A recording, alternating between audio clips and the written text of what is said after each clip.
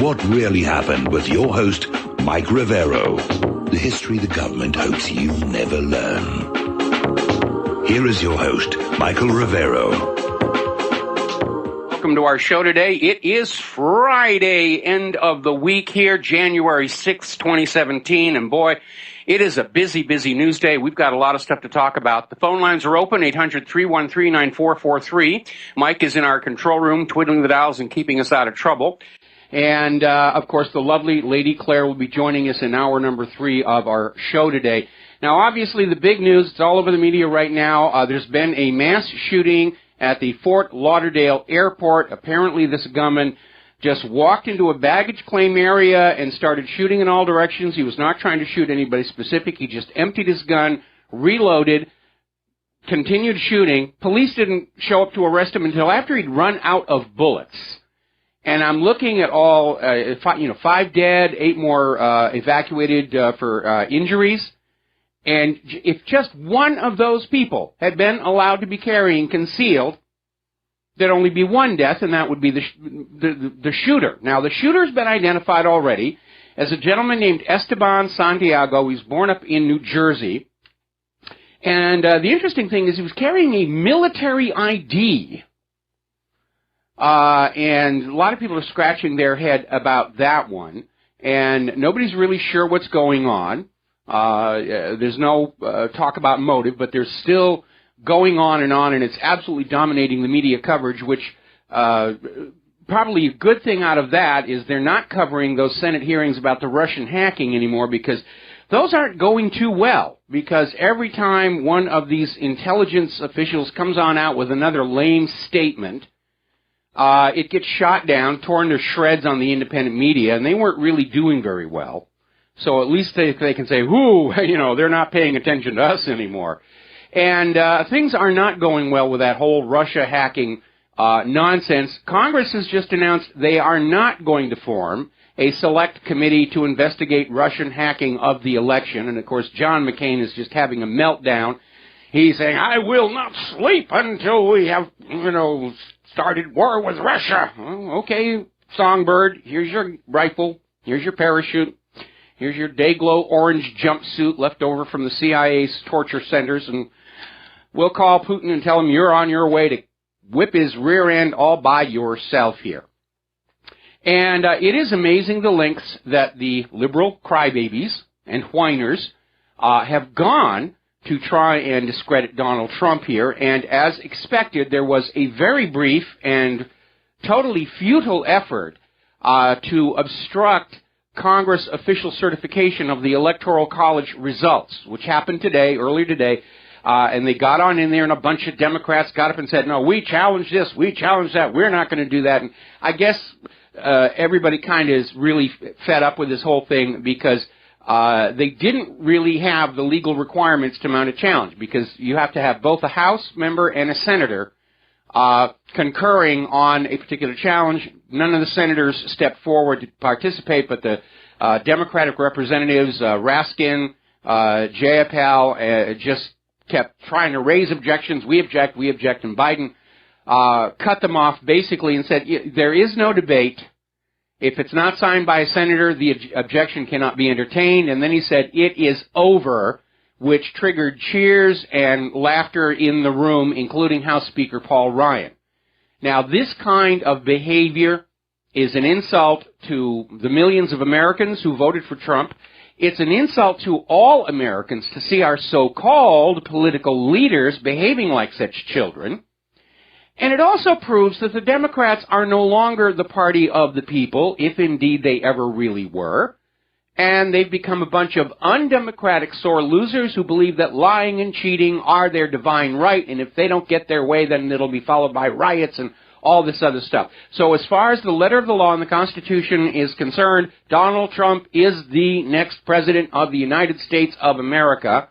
All we have to worry about now are the non-legal means of keeping him from the office, and I'm sure everybody's paying very close attention to that. They are predicting 1 million people at least will be showing up for the Trump inauguration. The people trying to organize protests of the inauguration are claiming that they'll get 200,000 to show up. I seriously doubt that. I seriously doubt there will be that many protesters up there at all. Besides, if they're up there protesting, then they don't get to go to that big star-studded gala down in Florida that's taking place at the exact same time. And I'm going to make a prediction that that one craters as well. Nobody's going to tune on in. And still, the liberal media is out there just doing everything they can to attack Donald Trump. He's not even in the job yet, and they're after him. And over at MSNBC, Rachel Maddow was joking that if she could ever get Donald Trump on her show, her first question would be whether he plans to send her to a camp. Ooh, we're bringing back the camps. And, of course, George Soros is still out there screaming, Donald Trump is a dictator and a threat to the New World Order. George, what do you think the New World Order is, if not a global dictatorship? Look at the European Union and what a dictatorship that turned into. And I'm sure George is out there saying, well, his dictatorship is bad and my dictatorship is good and I spent billions of dollars for my dictatorship and how dare he get in my way. Anyway, we're going to do a shout-out to our on-air affiliates who are just rejoining our network. And the media is still at it. They're still out there. Oddly enough, former NPR news host Michelle Norris is out there claiming that Trump's slogan, Make America Great Again, is really a deeply encoded message that signals to white people that people of color will be sent to the back of the line. This lady's on serious medication, or if she's not, she ought to be. Because, I mean, this is just utterly, utterly ridiculous. Now, the House has already passed a bill that will literally undo the last 60 days of Barack Obama's rules and regulations. It has to go to the Senate now, and I'm sure they'll just kind of let it sit and debate, and they'll have a final vote on it somewhere around the 20th of this month. So things are already looking up here, that a lot of the damage that the liberalologists have done to this country is going to be unraveled, and that's a very good thing. Get away from all this PC nonsense. Obama's still out there worried about his legacy. What's the best point of your legacy? Well, the little boys can use the little girls' room. I'm the first president to do that. Yeah, probably with some very good reason. So let's get on over to this Senate hearing about Russian hacking, and Russia is bad, and Russia's evil, and Russia's this, and Russia's that. And again, if there's anything good about this shooting in Fort Lauderdale, it's that the TV news have an excuse not to cover those hearings because they are not going very well, and some rather damaging admissions are being made in there. And one thing you need to keep in mind as you listen to all this screaming about bad Russia, Russia hacking this and that, these are this very same exact people who sold us the Iraq War on the claim that we're absolutely certain Saddam Hussein has weapons of mass destruction. He has sarin, he has VX, he has mustard gas, he has nuclear weapons, he's got reruns of the Brady Bunch or whatever it is that they're going to inflict on us. Now, the Director of National Intelligence, soon to be retired Director of National Intelligence, Chief Clapper, took a swipe at Trump and Julian Assange. You know, how dare you question us? And basically chastised verbally President-elect Donald Trump for disparaging the intelligence community. And we all remember the last president who disparaged the intelligence community. It was John F. Kennedy. Now, this story about the DNC servers is getting more and more interesting. Yesterday, we reported that the FBI had not actually done a forensic analysis on the DNC servers following the supposed hack by Russia. Then we found out that the Democrats refused to let the FBI look at the servers to do a forensic analysis to see who had actually broken in there. And instead, the Democrats insisted the FBI accept the word of an outside contractor, which turns out to be a gentleman from CrowdStrike, the exact same company that published that initial report saying, oh yes, it was Russia. And it turns out CrowdStrike's Chief Technology Officer and co-founder, Dmitry Alperovich, is a fellow at the Atlantic Council, an organization closely associated with Ukraine. And looking at the Atlantic Council's publications and so forth, their main policy goal appears to be confrontation with Russia. So this outside contractor is part of the problem, part of the group that's trying to start a war with Russia.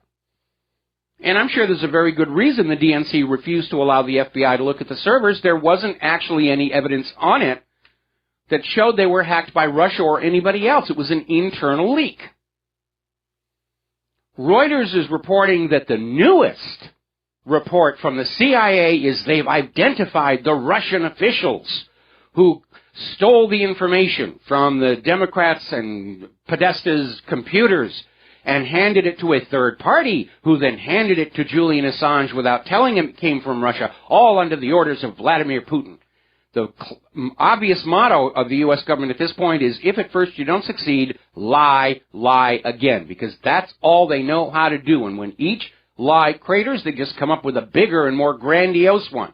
They're trying to find a lie that's so big and horrific it will shock you into believing that it's true without question. Well, the days when the big lie would actually work are pretty much gone, because for the big lie to work, you have to have a population that is predisposed to trust the liar. That part is now gone. A lot of people talk about Adolf Hitler and the big lie because he wrote about it in his book Mein Kampf. But the reality is, in Mein Kampf, Hitler did not advocate the use of the big lie. He was warning people against it.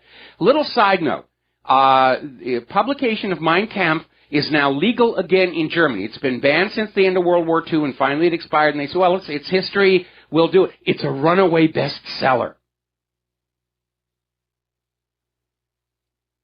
Hitler may have been a lousy artist, but apparently he was a good writer. John McAfee is out there saying that all of this Russia bashing, Russia hacking is the most deceptive propaganda to date being perpetrated on the American public. I don't know that it's all that deceptive. Nobody's buying it. But he makes a very valid point, and that is simply that Russia wouldn't have left obvious fingerprints pointing to themselves. Only somebody trying to frame Russia would do that. Russia's cyber experts are just as smart as our cyber criminals, and they know to route their nefarious business through machines all over the world. So you're not going to get a source IP.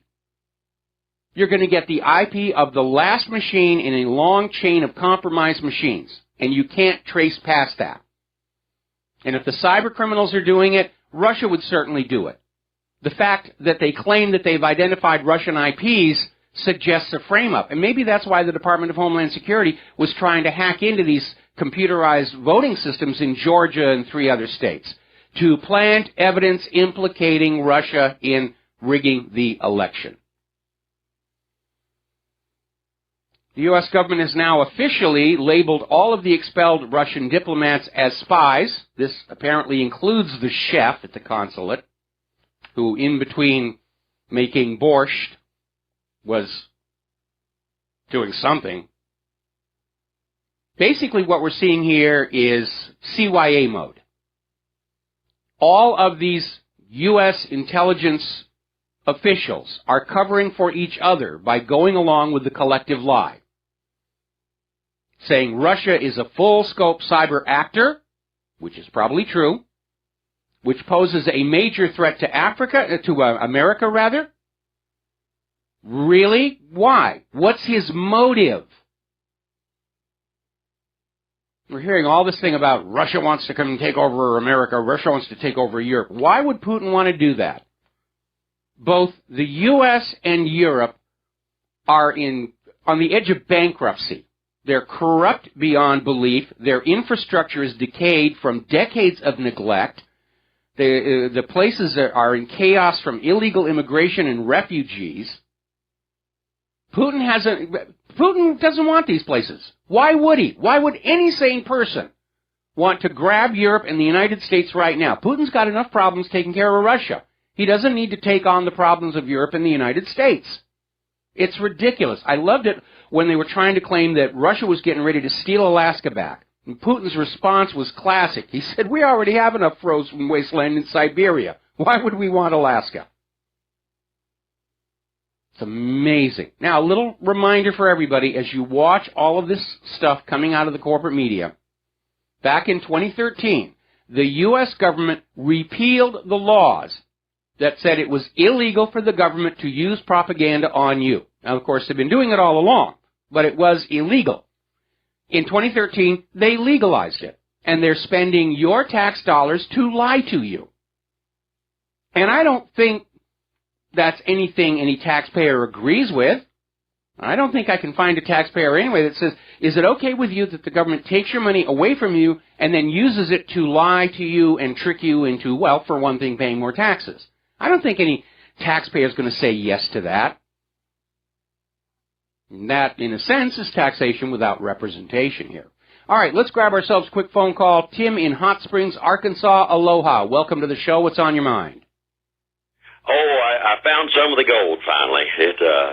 Anyway, in Lord's, France, I believe, there's a huge warehouse that we've got full of this stuff, and I'm just wondering how we can go get it, because we sure need it back. You're talking about the gold that disappeared from the New York Fed or Fort Knox? Well, this is what has been run back through the Vatican, and it's amazing. There's a lot of this coming out, and this is good. But yeah, it has to do with Russia too. Remember now, Russia don't have as much as they need either.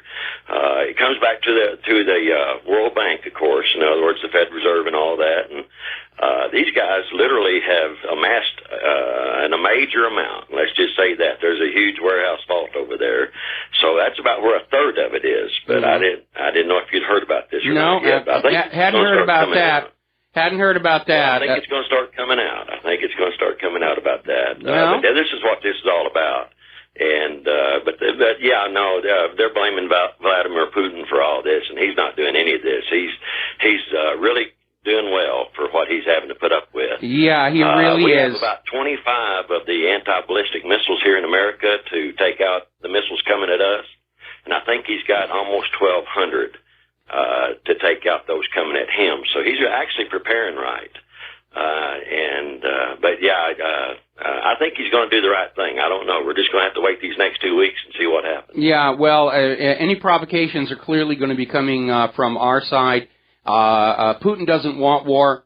He's got no reason to have war. The U.S. has the motive for war. They need to destroy the ruble and the yuan, or foreign demand for the U.S. dollar for global trade and banking is going to collapse. And without that, there's nothing else left to support our economy. Our manufacturing is in decline. Our consumers are broke and hopelessly in debt. Nobody wants our GMO agriculture. There's nothing to work with, which unfortunately is a major problem for incoming President Trump to have to deal with. But a war isn't going to solve it. War has never really solved a nation's economic woes. It just sort of masks the symptoms with a high fever of wartime and hope that everything will sort itself out. Well, I believe part of this is covering up the $223 trillion in fiat money. In other words, the last 15 years, they've actually printed $223 trillion extra dollars. And I think that's what all this comes down to. In other words, the same reason why President Obama went ahead and did the extra land grab here this last week. I believe he's 553 million acres now that has been federally reserved. Isn't that correct? Well, the land grabs were a combination of Obama wanting to, basically have his name on these national monuments. It was a way to circumvent the legal challenges arising out of the conflict over the Bundy Ranch incident. And again, it locked away natural resources from the American people, making us dependent on foreign suppliers who also happen to be good political campaign donors and so forth. Anyway, listen, Tim, got to let you go. Got to take a break for commercials. Thank you for the call. We'll be right back. And aloha, America. Welcome back to the show here. And we're talking about the media is still adversarial to Donald Trump. You'd think they would wake up and understand that they're not going to survive the next 4 years without making peace with not just Donald Trump, but everybody that they have defamed and smeared. As you know, WikiLeaks was threatening a lawsuit against CNN over this former CIA deputy director accused Julian Assange of being a pedophile on the air. And CNN has now retracted, removed the story, and issued a very brief apology buried where nobody can actually see it. But that's basically the idea of what's going on here. Over at Salon, they're literally out there declaring that the 60 million Americans who voted for Donald Trump are racists and a threat to democracy. Really? I thought voting for the president was an exercise in democracy. Apparently, over at Salon and the Church of Liberalologists, democracy means you vote for the people we tell you to vote for. We told you to vote for Hillary Clinton. We had all kinds of headaches with Democrats who wanted Bernie Sanders, and we had to deal with them, and then we got to deal with every American because they don't want to vote for him. What's wrong with you people? Now, as you know, everybody's making a big stink. Did Russia influence the election? Did they try and influence this and that? Last September, when Hillary was still campaigning, and somebody asked her who her favorite world leader was, and she said it was German Chancellor Angela Merkel. And maybe it's just because it's a chick thing, or it may have been because at that time the German government was pouring millions of dollars into the Clinton Foundation at the cost of the German taxpayers, who are also being asked to pick up the debt slack for the other member states of the European Union, as well as pay for all the social net safety net for all those refugees coming on in there. Apparently, about $5 million. Now, Die Welt actually posed the question, was Chancellor Merkel trying to influence the outcome of the U.S. presidential election? Nobody's making a stink about that. Apparently, it's okay if Germany wants to influence the U.S. elections and politicians. It's okay if Britain or France or Saudi Arabia or especially Israel wants to influence the U.S. elections. That's just fine and dandy.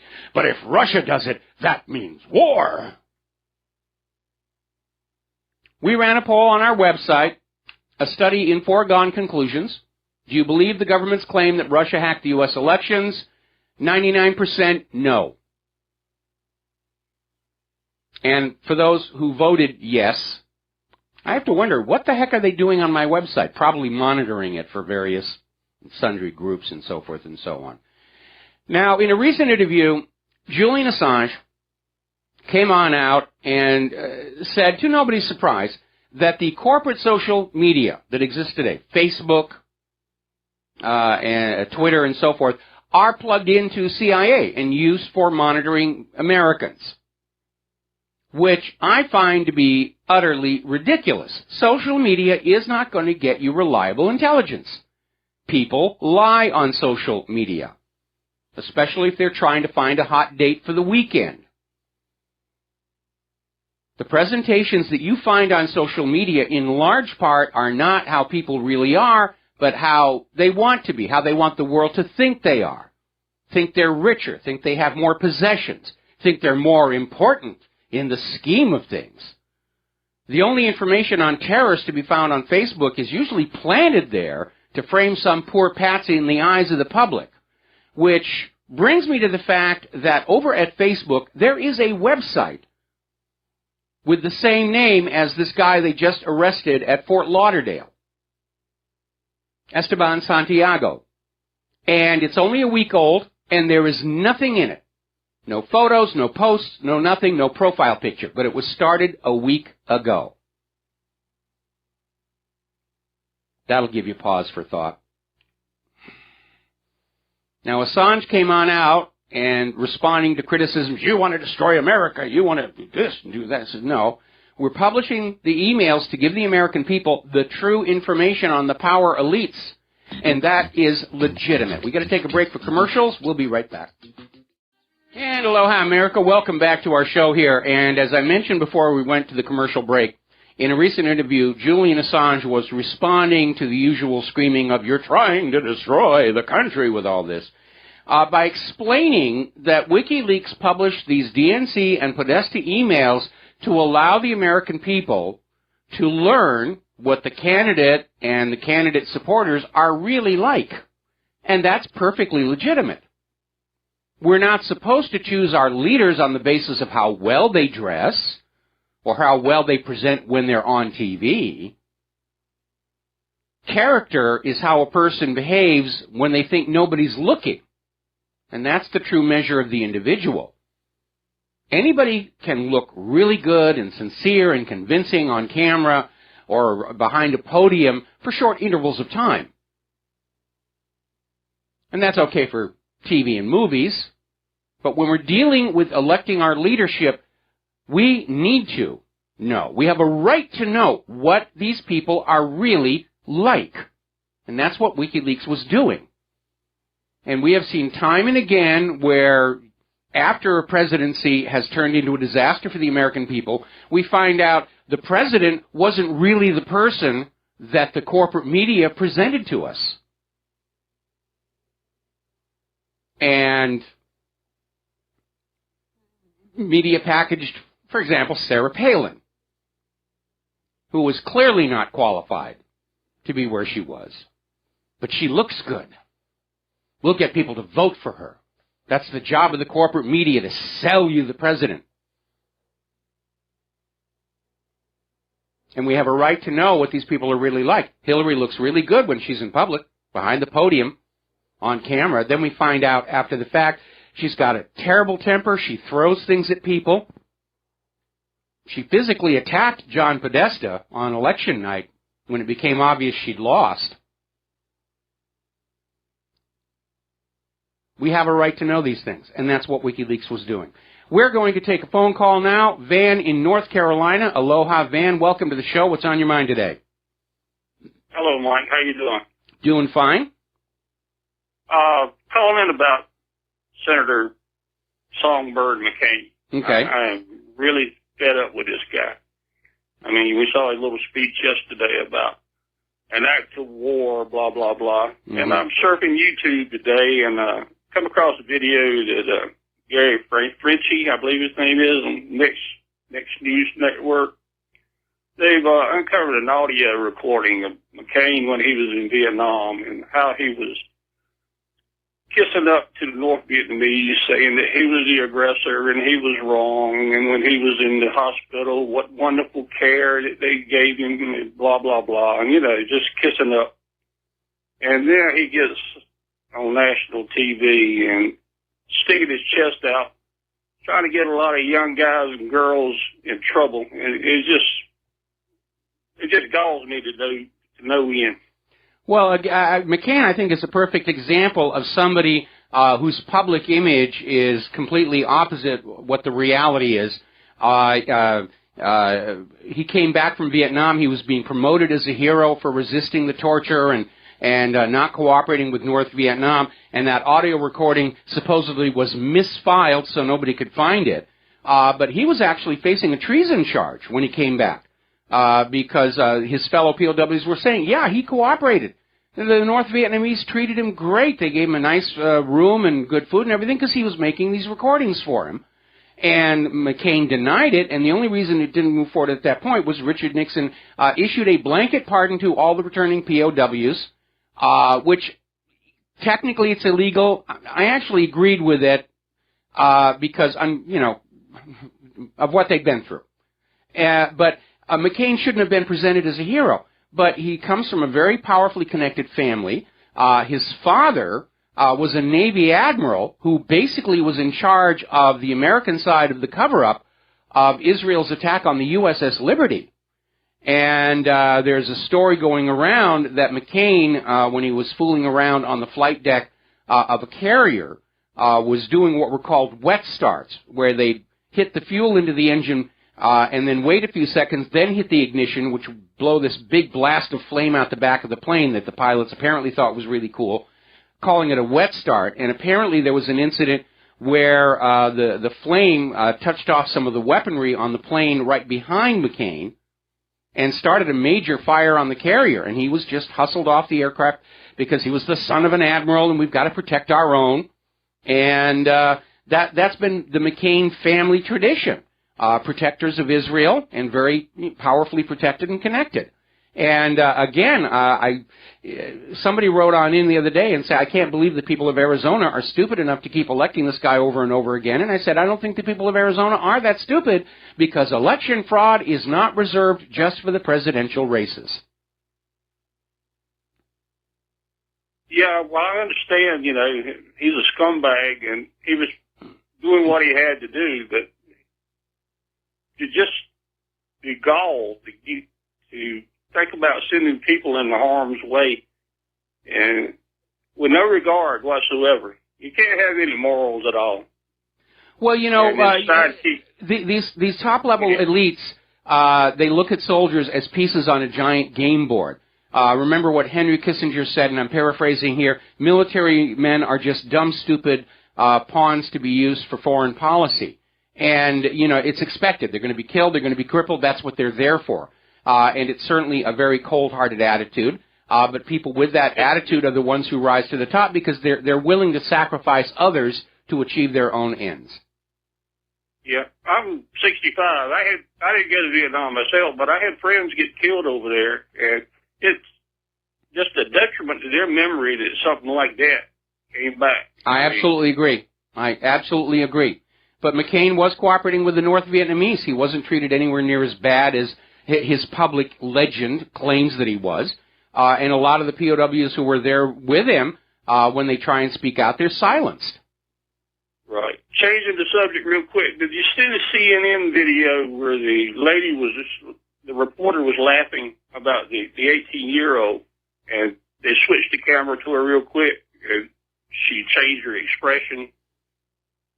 You're talking about the incident in Chicago?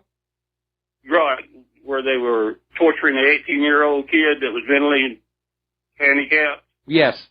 They had a CNN reporter that she was off camera while they were showing the clip, and she was laughing, and when they switched the camera back, they caught her laughing before she realized the camera had switched back. And then she switched back to her serious mode. There are there's a lot of videos like that. There's the one where they caught Bill Clinton coming out of Ron Brown's funeral, and he's laughing and joking, and he spots the camera, and he instantly goes into tearful mode. And then there was the one about the supposed father at Sandy Hook coming out to be interviewed, and he's laughing and joking, and then he gets over there, and you see him go through this actor's exercise to get down and looking sad and be upset and traumatic, and these videos get out there, and they're just absolute visual proof that all of this stuff coming out of the corporate media is just a total con job. Yeah, it is. And, well, you do a great job, my man, and you keep up the good work, okay? All right, thank you very much. I will certainly do that. Thank you for the phone call. We're going to let you go. Now then, as you know, in the course of this whole war between the corporate media and the independent media, the corporate media is trying to get on this idea of the fake news and how they should be allowed to determine what is real and what is fake, and Facebook's pulling together these groups that are going to be the impartial arbiters of what's real and fake news, and of course they're all liberal organizations. Snopes was a huge embarrassment to them. Apparently there's a big embezzlement scandal over there. One of their fact checkers is a former call girl, and the latest embarrassment now is the Internet Wayback Machine, which apparently moved their servers to Canada out of concern that the new Trump administration would censor the content on the Internet, which is ridiculous. We know it's the current regime and corporate media and governments that want to censor the Internet. Donald Trump sees the independent media as his friend, and he's not going to do anything about it. But now that they're in Canada, Wayback has now added a new section to their website. It's a Donald Trump video library complete with fact-checking, where they will tell you, and you will believe, because it's the Internet Wayback Machine, that Donald Trump is lying about this, and Donald Trump is lying about that, and Donald Trump. So Wayback Machine is obviously just as politically compromised, and they have flushed their credibility down the loo. Fortunately, there are now other Internet archive sites that you can avail yourself of, just like we're all dropping Facebook and going to Scene Life, dropping Twitter and going to Gab and the rest of it.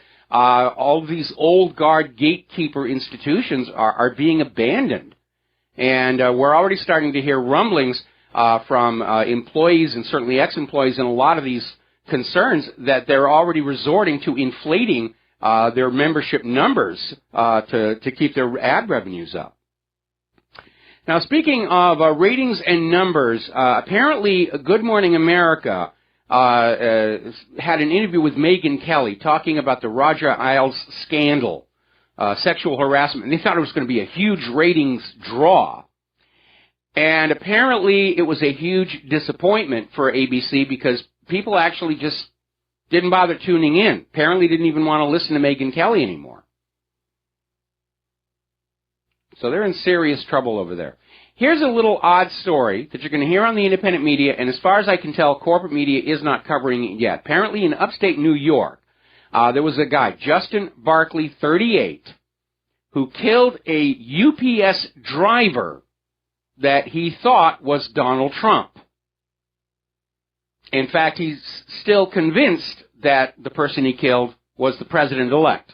Obviously a product of Common Core or too many prescription antidepressants. But this idea of somebody killing somebody he thought was Donald Trump, you think would be big news, but it isn't. Now, Donald Trump is on Twitter again, communicating directly with you, the American people, and he's asking a very cogent question. Just how did NBC get this exclusive look into the top secret report that was presented to Obama, supposedly about the Russian hacking the election? Who gave them the report and why? Well, politics as usual, but there's another situation. Nobody at NBC is cleared to look at that material.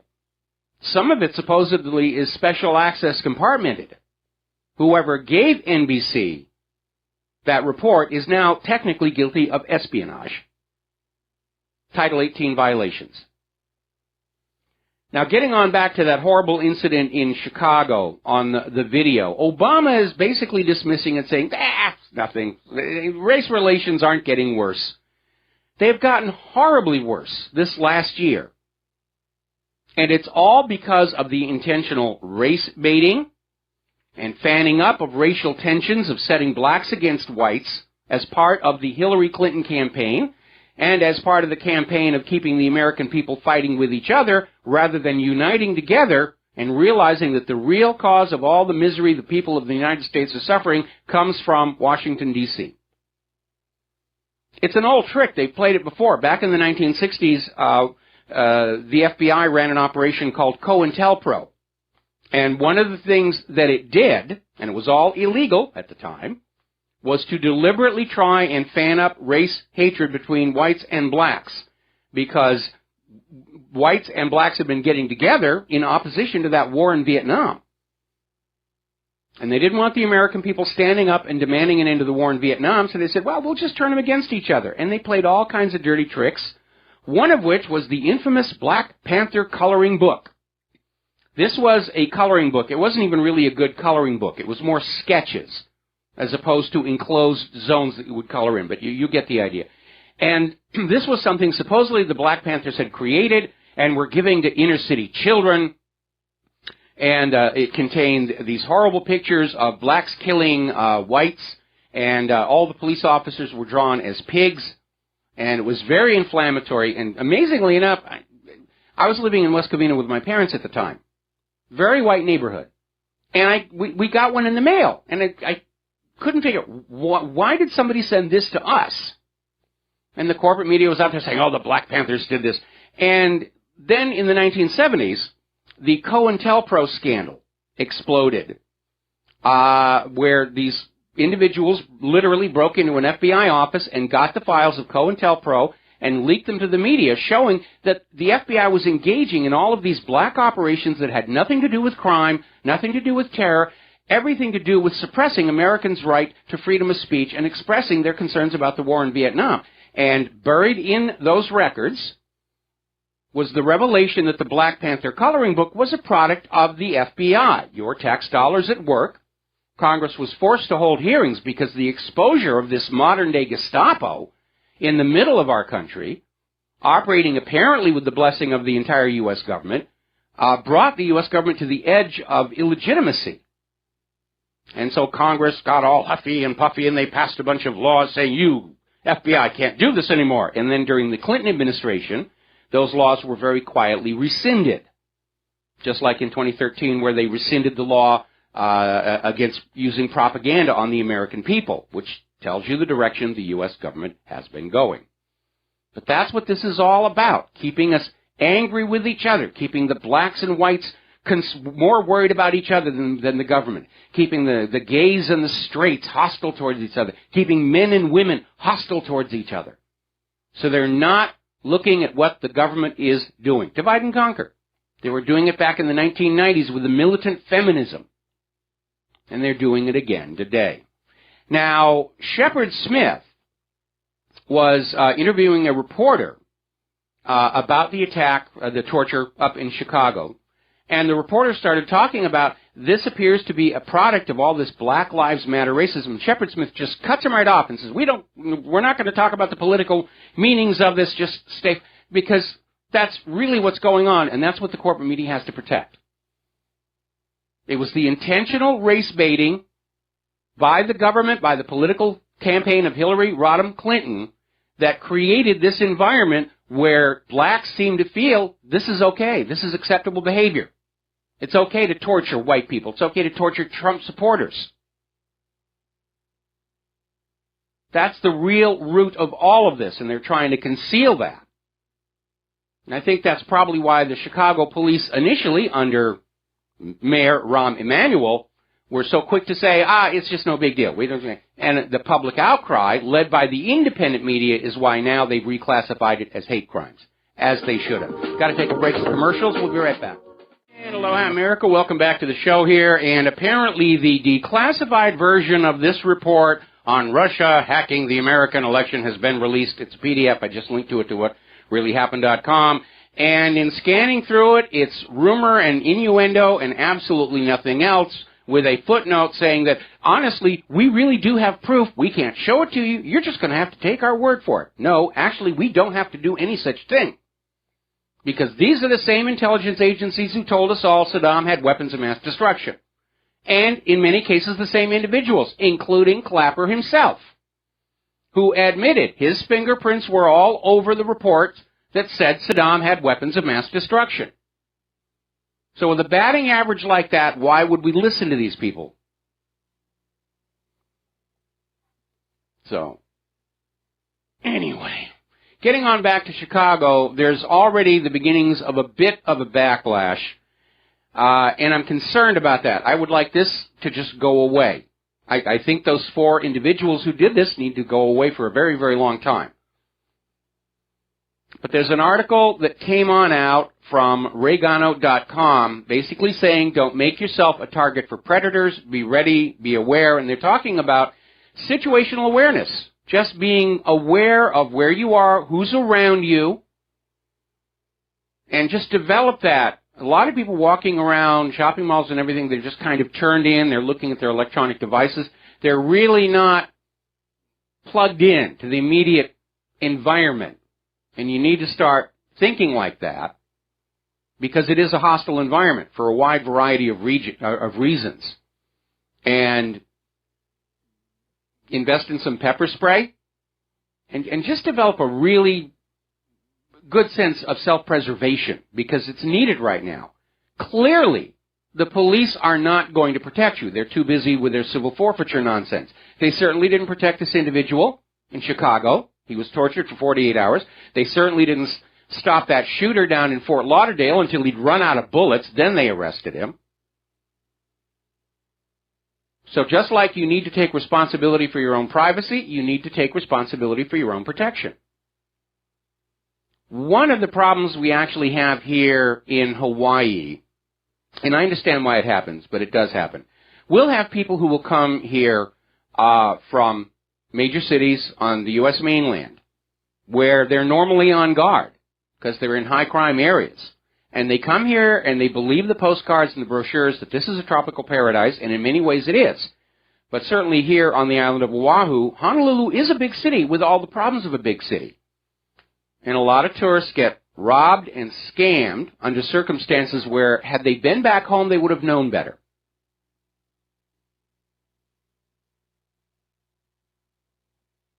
Now then, let's turn to the war zones, emphasis on the plural. ISIS is suffering major casualties all across Syria. 120 ISIS members killed, 10 units of hardware destroyed. More about the Syrian war when we come back from our station identification. And aloha, America. Welcome back to our show here. Hour number 2. The phone lines are open, 800-313-9443. And let me just get this out of the way. Now then, we're talking about the war zones. Heavy casualties inflicted on ISIS, 10 units of military hardware destroyed by the Syrian army. And at this point, it looks like ISIS has given up. They did briefly withdraw from the area around Taiz Air Base. Apparently they regrouped and are trying to go back in there, but the Syrian army is holding them at bay. Certainly it looks like right now Vladimir Putin has decided that the war in Syria is pretty much over because they're starting to pull some of their forces out of Syria, and they have ordered the aircraft carrier, the Admiral Kuznetsov, and its battle group to head back to their home port in Severomorsk. Now, this could be because Putin thinks the war is over, or Putin may be aware that the U.S. is trying to provoke a war with Russia and is going to get Russia's forces out of the Syrian theater in order to forestall that. Remember, Putin's a chess player.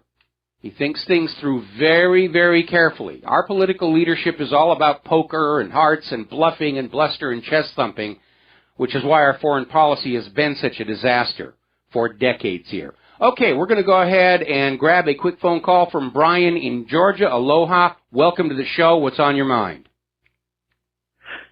Hey, Mike. Happy New Year. I was just going to had something to say about Jews and Arabs as far as like them being these centuries-old conflict between them, because looking at what Rahm Emanuel is doing in Chicago and what Merkel is doing to Germany, it seems like almost that Jews and Arabs have become allies against, I guess, the rest of the world, for lack of a better word, the Christian world, where they hang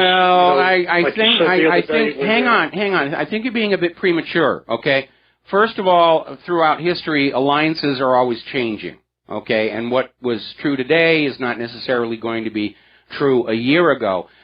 During the 1400s, 1490s, 1500s, during the time of the Inquisition, when Jews were being persecuted by the Christians of Europe, the Arabs willingly took them in. And Jews and Arabs lived peacefully all across the Middle East for quite a long time. Until some political leaders decided, I can make more money and gain more power by turning these people against each other. And so what the FBI did to blacks and whites in this country in the 60s, what they tried to do again last year, you're going to see that throughout history, where you'll have a group of people who are living together in peace and harmony, and somebody's going to come along and start whispering in ears about, how those people over there, they're really evil, they're coming to steal your money or your sheep or your women or whatever, and then they'll go over the other side and say, these people are starting to really look at you kind of funny, and if I were you, I'd buy some weapons, which I will loan you the money to do. And so it's a drastic oversimplification to say that Jews and Arabs have been at each other's throats for all this time. What I find really amazing is that Christians and Jews and Muslims would be enemies in the first place, because all of those religions go back to a single point source of Abraham.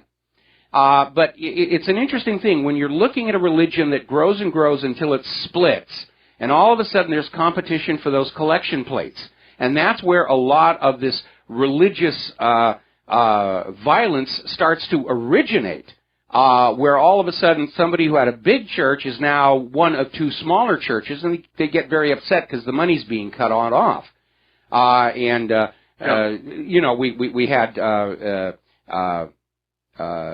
the original Judaism from Abraham, then the Christians split off, then the Muslims split off from then the Muslims split into Sunni and Shiite, and it always represents a loss of revenue to whoever's in control of the religion prior to the split. when the Catholics declared war on the Cathars, one of the reasons they did that, there were a couple of different reasons. One of the reasons they did that was the Cathars did not think their Christianity was the property of the Catholic Church and refused to pay the Catholic Church's taxes. Back then, literally, the Catholic Church imposed a direct tax on everybody who was a Christian. And the Cathars did not think that the Roman Catholics owned their version of Christianity because they had inherited that version of Christianity directly from Jesus' family and not from this apostolic descent thing. And the Catholics wound up exterminating one-third the population of southern France during those wars. Wow. Yeah, politics and religion. Well, they're two faces of the same coin. You know, greed and power. Yeah. And the lust, therefore. Okay? Yeah, fine. All right, thanks an awful lot. We're going to let you go here, and we're going to do a quick shout-out now to the network affiliates who are just now rejoining our network.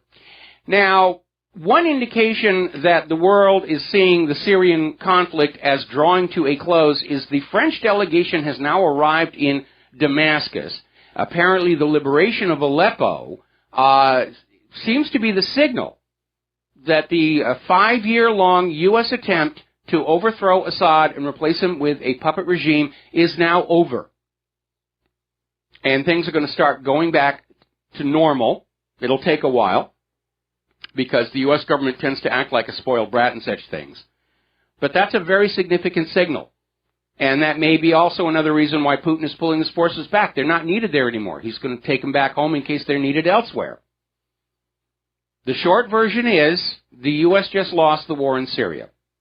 And this is our biggest military defeat since Vietnam. It goes on Obama's legacy, not Trump's. And with any luck, it's going to bring to an end this agenda of trying to conquer the world's resource-rich areas and shackle them to the U.S. dollar. And maybe we'll avoid World War III getting any worse than it already is. Maybe we'll avoid mushroom clouds. I would dearly like to avoid mushroom clouds. I've got a first-strike nuclear target right out that window. Anyway, moving along here. Speaking of acting like a spoiled brat, apparently 11 civilians were killed and 35 injured in a terrorist, nudge, nudge, wink, wink, say no more bombing in Jabla City near Latakia. And interestingly enough, Iran has signaled to Lebanon that they are ready to support and arm the Lebanese army. So the dynamics of the Middle East are starting to change here. We are still at risk, though, of Obama trying to start a war directly with Russia because he's got this Operation Atlantic Resolve against Russia. And they've sent something like almost 4,000 tanks along that border with Russia. Massive NATO deployment. And they're always at, well, we have to counter Russian aggression. Where was Russia aggressive? That's the amazing thing. Talk about Orwellian double talk. Russia's not the problem here. Russia's the only adult in the geopolitical room right now. If there were Russian tanks massing on the Canadian side of our northern border or the Mexican side of our southern border, if there were Russian battle groups sailing around the Gulf of Mexico, you might have a valid point that Russia's being aggressive. But they're not. But it looks like there's an effort between all this nonsense about Russia hacking and active war and cyber threat of trying to actually start a war with Russia and get it going and established before Trump can come on in and throw cold water on the whole idea. The fatal flaw in their reasoning, as far as I can see, is they're convinced that if they can start the war, Donald Trump will feel he's got no other choice but to continue it. And I think Trump could easily fool them, because he is a political outsider. He's a businessman, not a career politician. And because of that, he's not as obsessed with his historical legacy as career politicians, like Obama, who's already trying to rewrite the history of his administration, awarding himself medals and decorations.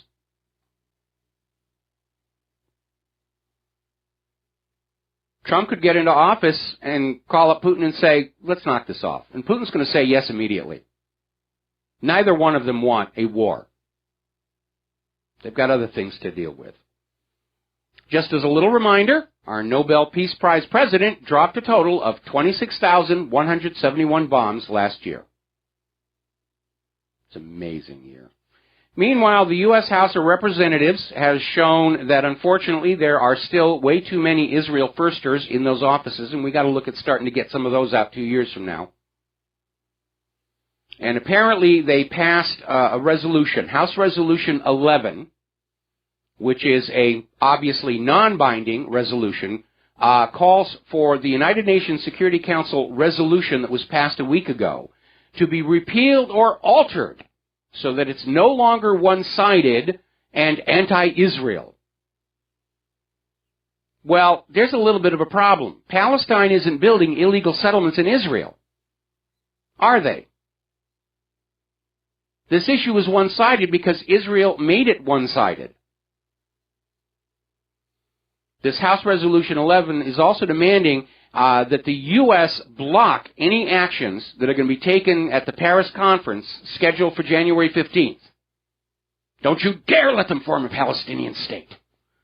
Now, at this point, I am sick to death and fed up with all of these politicians who are supposed to be working for the United States government, who are paid by the United States taxpayers, and they're running around saying, oh, we have to serve Israel, we have to do this, we have to do that. And I know this is an area where Donald Trump and I are not going to see eye to eye, but I think time will cure that particular problem. But let's grab all these members of Congress who are out there worried about Israel and Israel this and that. Let's crate them up, and this time we got to remember to put the air holes in those boxes. And then we ship them to Tel Aviv, because it's very obvious they're not interested in actually being American politicians or American leaders. We're looking at all these countries around the world who are kicking out foreign puppet rulers, like is happening in Libya and Yemen right now. We need to recognize we are also under foreign puppet rule when we see all these politicians who are out there saying, oh, we must serve Israel, we must serve Israel, we must do this, we must give them more money, and all the rest of that stuff. Nonsense. It's absolute nonsense. As long as we have a single American sleeping in alleys and eating out of trash dumpsters, this government has no business and no right to send a single penny of America's tax money to foreign governments.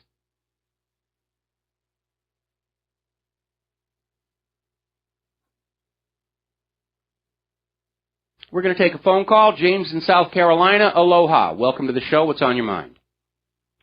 I got a question about gold. Yes. Back in 1971, that's a long time ago, when Nixon took us off the gold standard. Yes. Did he have an option from doing that? I mean, it doesn't look like to me there was anything else he could do. No, he was pretty much cornered.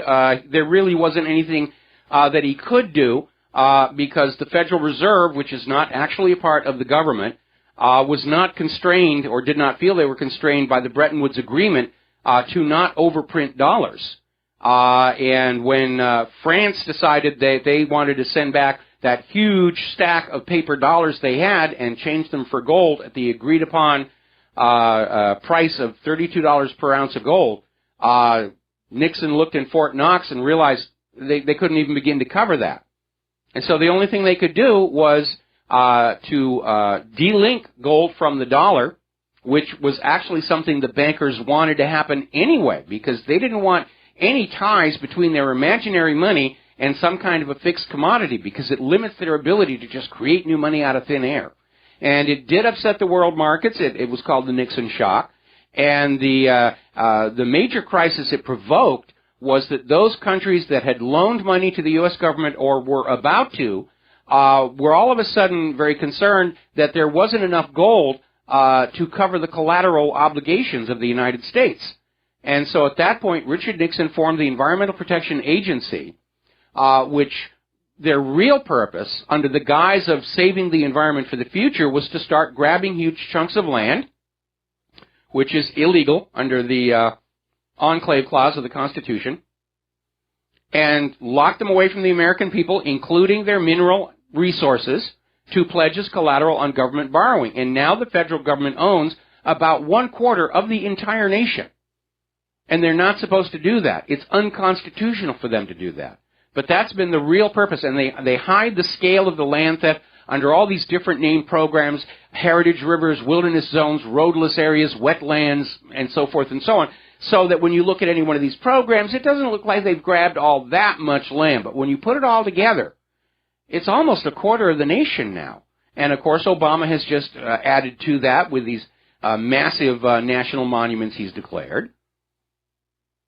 And how is that secured? How is what secured? The land. I mean, if somebody wants to, they can't reclaim gold. How do they reclaim the land or the minerals? I mean, has this ever been done? No, it hasn't yet, because the U.S. has not yet defaulted. But basically, what it means is, in the event of a U.S. default, and unless somebody stands up and makes the case that the U.S. government acted in bad faith by pledging as collateral something they were not legally entitled to own, then the position of these other countries is going to be, well, we now own this piece of land in your country, and we're allowed to mine or drill or whatever for those natural resources. When Clinton created the Grand Staircase Escalante Monument, underneath it is a huge reserve of low-sulfur coal. Technically, Clinton actually violated Utah's statehood agreement by doing that. But if we're not careful, we're going to wake up one day as tenants on this land, because it's being taken away from us bit by bit by bit by our own government. And it is illegal and unconstitutional for them to do it, but they keep on doing it because the courts all work for them. And corporate media is going to say, oh, this is a really good thing. Yes, that all you Americans, you're going to have to live down here in this little tiny piece of the corner of the country because the rest of the country now belongs to your, bankers in Europe and bankers in Asia and bankers in Saudi Arabia. Well, would you say that the dollar now then, I mean, if it's secured with the land, it's not really a true fiat dollar, is it? It's something kind of a hybrid, is it not? Well, you're mixing apples and oranges here, because when the U.S. government borrows from other countries, they're not borrowing dollars. They're borrowing other hard currencies that they use for trade and foreign exchange at whatever the current rates are. The U.S. paper dollar is backed up by Americans' slave labor, because the way the scam works is the U.S. Treasury, instead of printing up currency, prints up a Treasury bond. They send that piece of ink and paper over to the Federal Reserve, which then issues the equivalent as Federal Reserve notes, either real paper notes, which they actually contract back to the Treasury Department to actually print, or just by typing numbers into a computer. Now, the only thing that redeems those Treasury bonds are future tax revenues, which means every Treasury bond out there represents a promise by the U.S. government that they are going to take money away from you and give you back nothing in exchange for it. And that basically, when they take your labor and don't give you anything for it, that's slavery.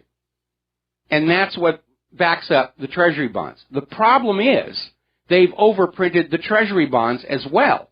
There's a Treasury bond bubble out there. There aren't enough Americans, even at 80 to 90% tax rates, to ever redeem all that paper. Maybe somebody thought flooding illegal immigrants and refugees into this country would create a workforce that could generate the revenues to make good on the Treasury, but most of these people aren't getting jobs. They are, in fact, a further burden on the existing taxpayers.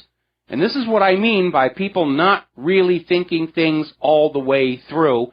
And maybe they don't want to, because when you think about the long term of the United States, it's not a positive image. Anyway, James, got to let you go. Got to take a break for commercials. We'll be right back. Aloha, America. Welcome back to the show here, and I'm just checking in on the corporate media here. And, of course, everybody's talking about the shooting in Florida, these Senate hearings trying to blame Russia for waxy yellow buildup, or whatever it is they're trying to do, have vanished because they weren't working. And again, just going over the info, there's very, very little. Still no talk about what a motive is. Does it qualify as an act of terror? Seems like it. Now they're talking about whether or not Obama and the governor of Florida have spoken with each other. Why would this escalate to the national level? I'd like to know. Anyway, back to the economic news. Gold gained in all currencies in 2016.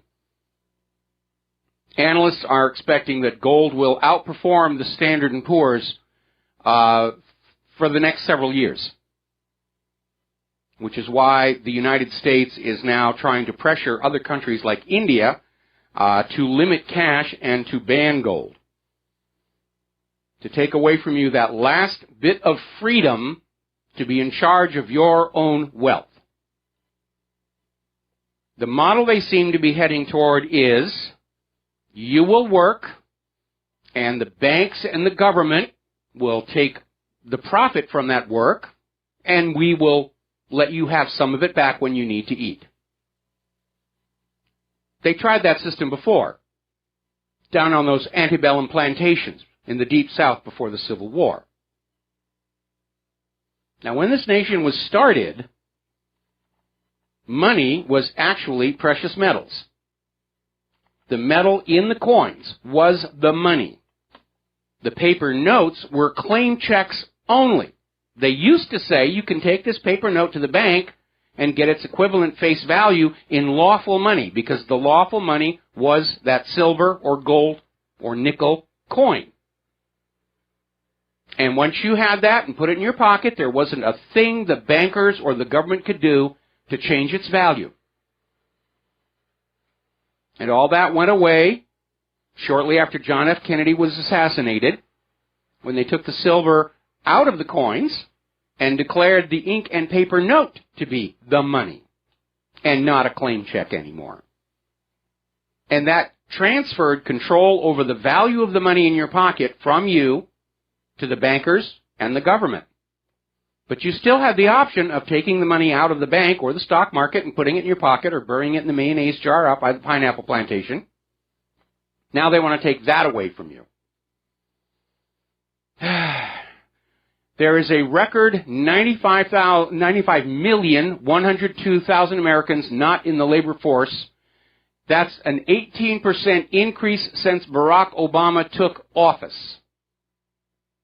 So Obama cannot say, in fact, that there was any kind of an economic recovery during his 2 terms in office. Yet the official government unemployment numbers are still in the single digits. It's magic. We're going to take a phone call. Andy in Texas. Aloha. Welcome to the show. What's on your mind? Aloha, Michael. We're kind of living in an illusion society right now, whereas you and I, we like to believe that the Constitution has any bearing on what we're doing in this world right now, and yet it doesn't exist. It just simply doesn't exist. I mean, try to take a constitutional argument into a courtroom and see how far that gets you. I've done that. I've defended myself in court before, and they just continue to interrupt you every time you bring up any kind of constitutional event. And caution, sir, you're about to, you may incriminate yourself. And then they stop you several times. I mean, I was on a Fourth Amendment plea with these guys, and they had been violated, obviously had been violated, but they just kept cautioning me. They kept interrupting me. Well, we know, okay, I'm sorry to cut you off, but we're about to hit a commercial break. We know the courts are corrupt and everything, but the Constitution still exists as long as we, the people, say it is still the law of this land, and I will not obey or support any government that is not in compliance with that Constitution, and neither should you. Thank you for the call, Andy. We've got to let you go and take some commercials. We'll be right back. And aloha, America. Welcome back to the show. Here we're going to take a quick phone call, and then we're going to close the phone lines for the next half hour because I've got a lot of news to get through before the Lady Claire joins us. Brian in Illinois, aloha. Welcome to the show. What's on your mind? Yeah, I would like to bring up a subject that's talked about much, and that's the institutions, by that I mean these federal agencies and security agencies and all those groups that are so now, I think, have gone rogue. And all of them, they're out of control. And whatever good they used to do, if there was any, I don't think the bad that they do now, the destructive, and it's really destructive effects of these agencies are now they've become powers within themselves, and the political power is I mean, 150 years ago or 170 years ago, you had men like John C. Calhoun. Whatever position that he took, he was kind of the center of it, and that doesn't exist today. Oh, what you have now is the Defense Department, or the Pentagon says this, or the Army says that, and I'm not so much concerned about those groups as these intelligence agencies, the rest of these government agencies that are basically out of control. Okay, well let me step in here a little bit here. Okay, first of all, there's always been a problem with intelligence agencies who by their very nature are deceptive, concealing, lie. There's been a concern all along. Even while Bill Donovan, when he was first setting up OSS and then later pointing it in the direction of the CIA, expressed concern about there had to be adequate oversight or intelligence agencies do tend to go rogue. It's almost an inevitability. Harry Truman expressed a similar concern. Obviously, that Operation Screwworm out of Arkansas in the 1980s, where they were smuggling guns to Nicaragua and paying for it by smuggling in and selling cocaine to our kids, was not officially sanctioned by the U.S. government. But in the current case, because of the ongoing coordination, I think the establishment, maybe they've got an attitude like a rock star, where we're out of this room, let's wreck the place before we go.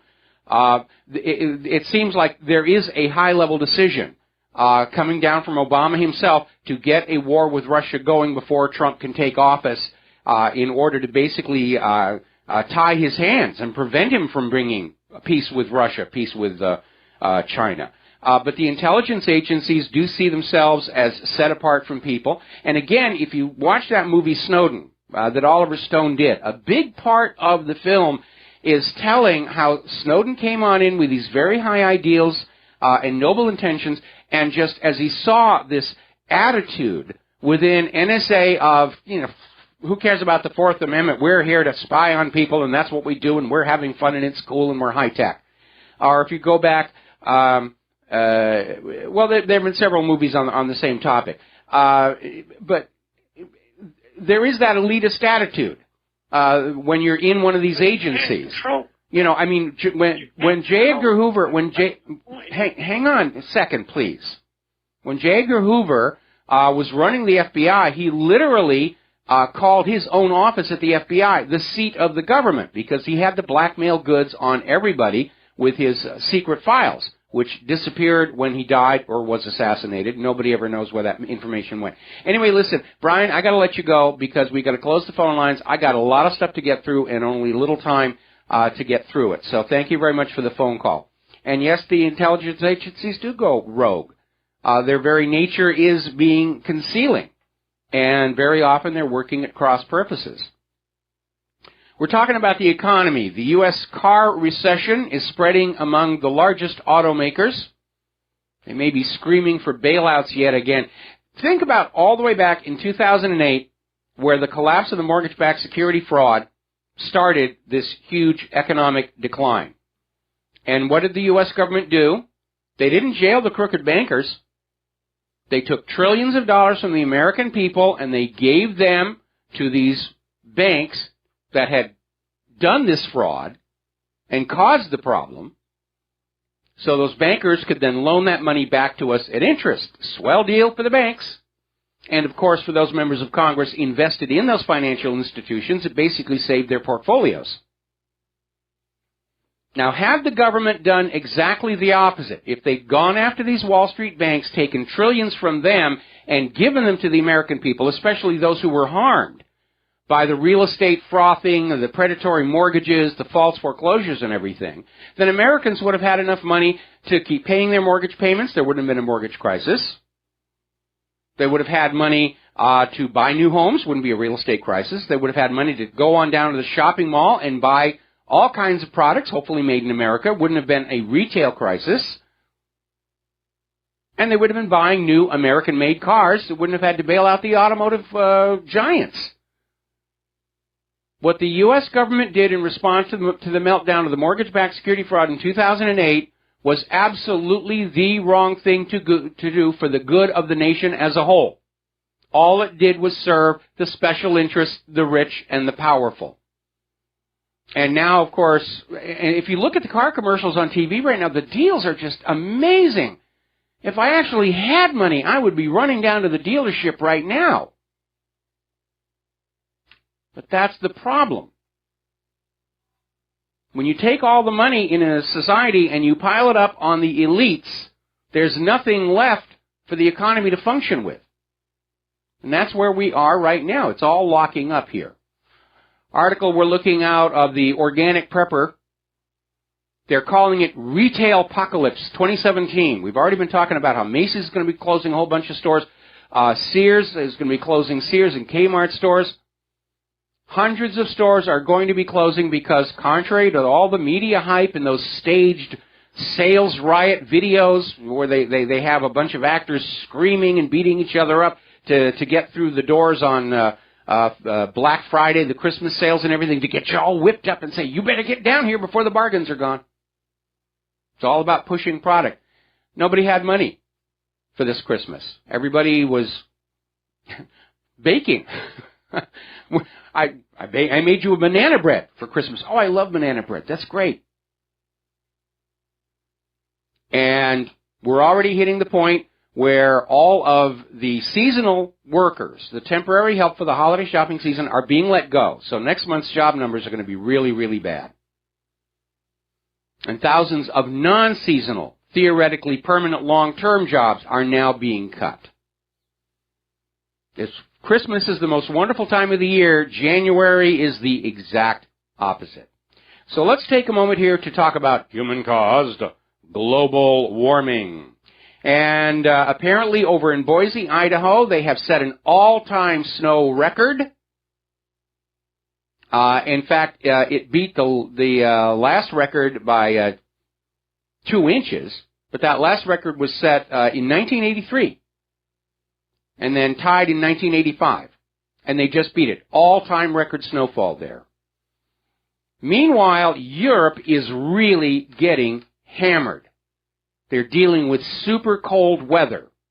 Temperatures are below zero, heavy snowfalls all over. Remember the other day we were talking about ski resorts in Montana had to close because it's too cold to ski.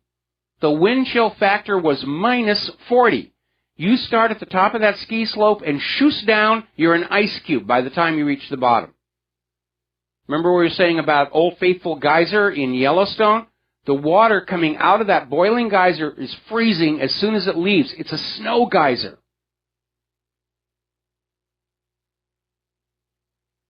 California is about to be hit with a major, major storm. They're calling it a once-in-10-year storm.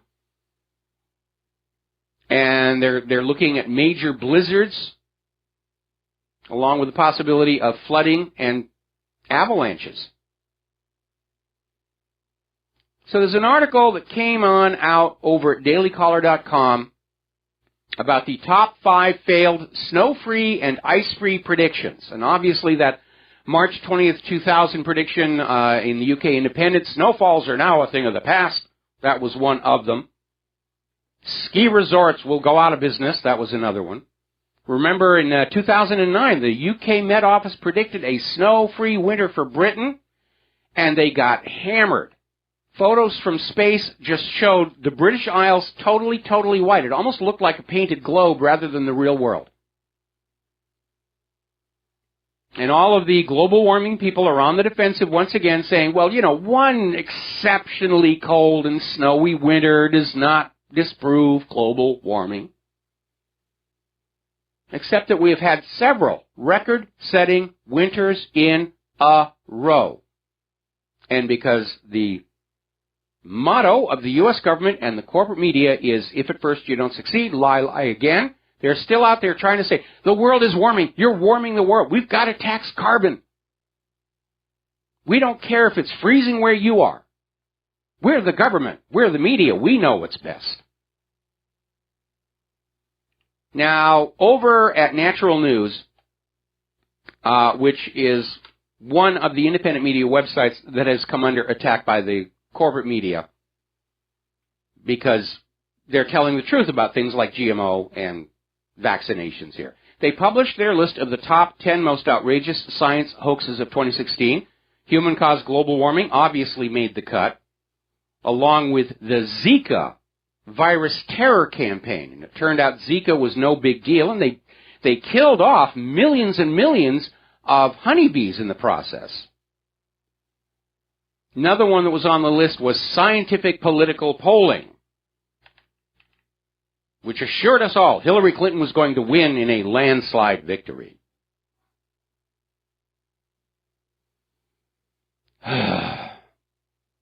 We're entering a period that I think Tacitus described accurately when he said, the more laws you have, the more corrupt your society has become. And along that same topic is an article over at the Rutherford Institute. The Titanic sails at dawn, warning signs point to danger ahead in 2017. And they're talking about things like mandatory quarantines without due process, mandatory vaccinations and treatment, mental health assessments by non-medically trained personnel. There's a nationwide push to have pastors, teachers, hairstylists, bartenders, police officers, to basically do a diagnosis of you to see if you're having a mental health issue requiring confinement and hospitalization. California has proposed a new bill, Senate Bill 18, that makes it illegal for parents to make medical decisions about their own children. SB 18 will allow California to seize children away from their parents in their homes if parents make any medical decisions that the state deems to be not in the child's best interests, meaning in the best interests of the pharmaceutical corporations, the medical industrial complex. And this bill is authored by Dr. Richard Pan, who was also behind the mandatory vaccination bill. By the way, for those of you who haven't seen it yet, the DVD for the documentary Vaxxed is now available on eBay. I gave away all my copies. I had to buy some more, and instead of having to go to Amazon, I found them on eBay. So you can get them. It's become my standard present to any expecting family. You need to watch this. Interestingly enough, there's a very alarming story coming out of Brass Check TV. Apparently, seed libraries are now under attack. And you're probably asking, what's a seed library? Well, seed libraries are a very old tradition in farming country. We had them in New Hampshire when I was growing up. And basically what it was is at the end of the year and your harvest, you would harvest the seeds to grow next year's crops. And you might keep some of them in your barn, or you might join the seed library, which was a community-operated, safe storage area for the seeds. And then the next spring you'd go on in and you'd say, I need seeds for so much corn, so much potato, so much rutabaga, so much parsnips, carrots, and so forth. And you'd get your seeds and you'd go plant your garden. Well, now the government is pushing for a law that seed libraries, which are by and large nonprofit volunteer organizations, have to follow the same regulations as large seed corporations like Monsanto. And what's going on here is Monsanto can afford all this regulatory burden. Nonprofit volunteer seed libraries can't. They're trying to drive the seed libraries out of business. Monsanto's goal is to destroy hereditary heritage seed planting, to force everybody to buy their GMO seeds.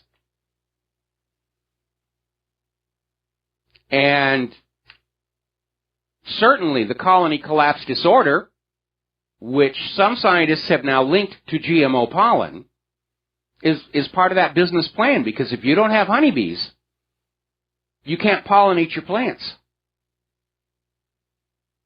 And I think this is another case of not thinking things all the way through, because if all food production is dependent on Monsanto and their GMO seeds, and Monsanto makes a mistake, or they go out of business, how do we grow next year's food?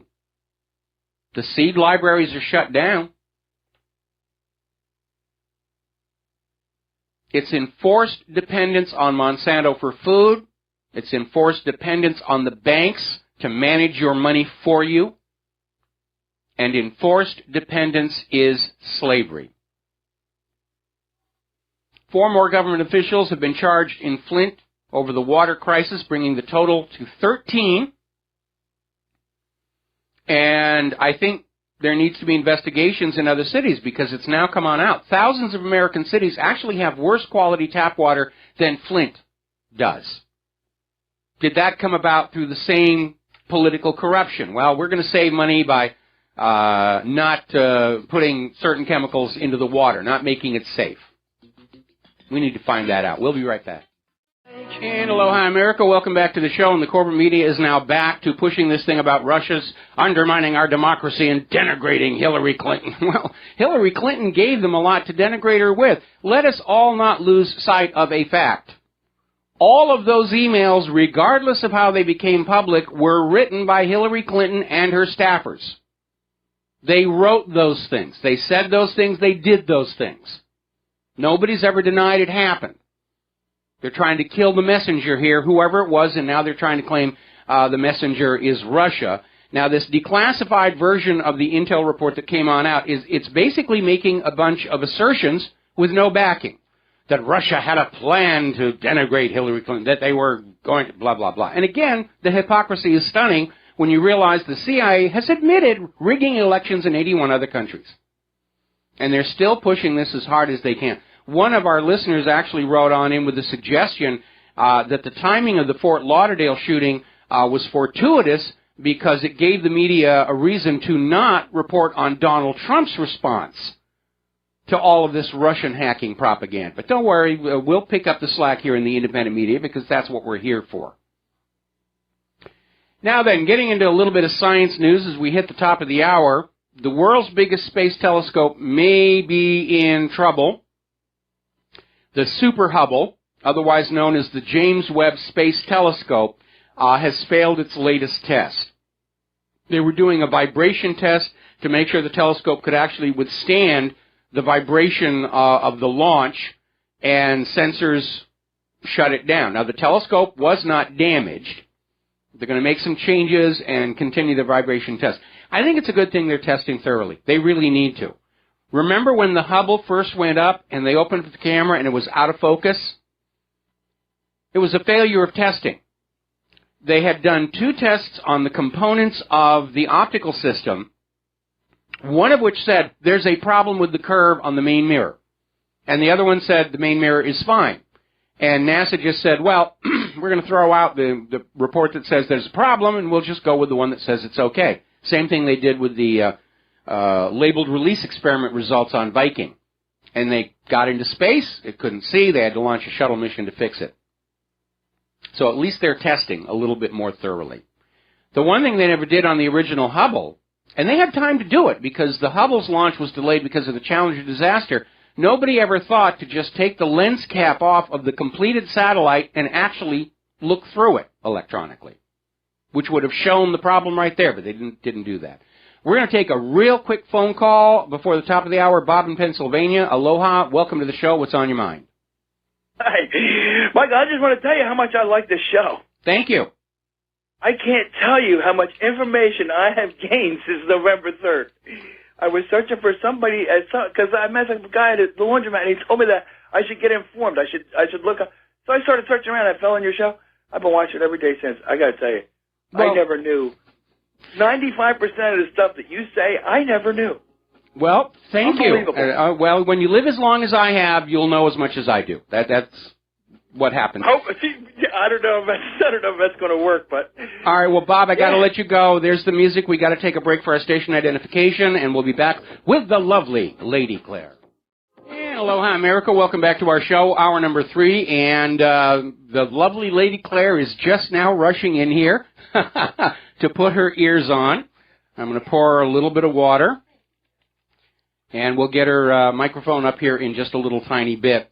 Meanwhile, I'm watching on the corporate media, and they're pushing this declassified version of the intelligence report, which, as I said before, it's all just assertions with nothing to back it up. And one of the assertions they're pushing is that Putin ordered a campaign to influence the U.S. election.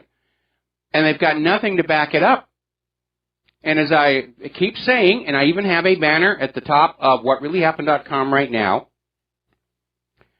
this Russia hacked the election is the 2017 version of Saddam has weapons of mass destruction.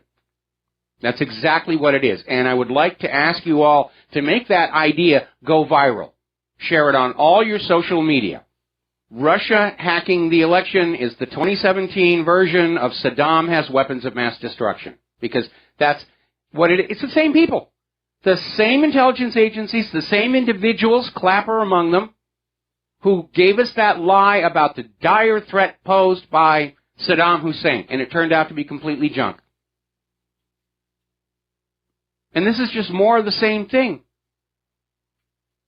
because they don't really know how any other way to get what they want, other than lies, fraud, and deception. Okay, we're going to bring up Claire's microphone, and what is the first thing you want to talk about? Well, the first thing I want to talk about that has not been anywhere in the corporate prostitute media is that hundreds of U.S. tanks have arrived in Europe to support NATO anti-Russian buildup. Now, you learned on this site and from the radio show that we do have special ops forces in Lithuania. Now, this movement of tanks is allegedly in response to escalation by Vladimir Putin, who has been deploying nuclear-ready missiles in the Russian province of Kaliningrad, located at the heart of Central Europe. Allegedly, the Baltic states have become highly concerned about Russian military activity. And also, Mike, sometime during the spring of 2017, and we're already into January, NATO is expected to send battalions of 800 to 1,200 troops to each of the Baltic states and Poland. And this is one of the biggest NATO buildups since the Cold War. And, Mike, my question to you is, why would NATO be moving personnel and equipment that they don't intend to use? Well, when you go back and you look at the Cold War, that was all about arms and troops that you were never really going to use because it gave all the participating nations an excuse to plunder the wealth of their people, to keep them poor, which keeps them from being a threat to the oligarchs, and just spend it all on these weapons that were very expensive and they didn't have to perform because it was expected they would never be used. You need to understand that all rulers want to keep their people as poor as possible because that's what keeps them helpless. If you look throughout history, all revolution has emerged from the middle classes who had the extra disposable income to fund political parties, movements, if necessary, revolutions. And so all tyrannical regimes try and prevent that middle class from having enough money to pose a threat to the established order. And what's going on with that is that's why they want to bring the Cold War back. That's why after the old Cold War ended, after the collapse of the Soviet Union, and the American people said, well, great, we get to keep more of our money now. Oh, no. Now we've got the war on poverty, and we've got the war on this, and we've got the war on global warming, and the war on terror, and we have to keep taking money away from you and building weapons with it. And what I've noticed is every time the U.S. government declares war on something, it gets worse. Yes. It gets worse. This deployment does not augur well for peace in the region or the world. I have a sneaking feeling, and I'll get to that a little bit later, that the deep state is planning something very nasty in the not-too-distant future. I'd like to move over to the economy right now. And right now, a record 95,102,000 Americans are not in the labor force. Now, this number has grown 18% since Obama took office in 2009. Unfortunately, I did mention that during okay. All right. But that 18%, I mean, if he's going to talk about legacy, unfortunately, that's a big part of it. And did you talk about the Bureau of Labor Statistics and how they get to that 5-point-whatever unemployment figure? I didn't go into the details of it this time. Okay. What happens is that if a person has been out of work for 4 weeks and not gone on any job interviews because either the market is too tight or they just couldn't find anything, the Bureau of Labor Statistics just doesn't count those people. It's like those people don't exist. And that's pretty nasty. It is very, very nasty, Yeah. but again, it's part of the maintaining of the illusion that everything is all hunky-dory, and you don't have a reason to be angry with the government. Just get worried about your neighbors. They may be different. We need to do a quick shout-out to our on-air affiliates who are rejoining the network. And what is your next topic? Anti-Russia fake news campaign rolled out across Europe, and now the EU is conflating Moscow and Russia as the sponsor of ISIS-Daesh.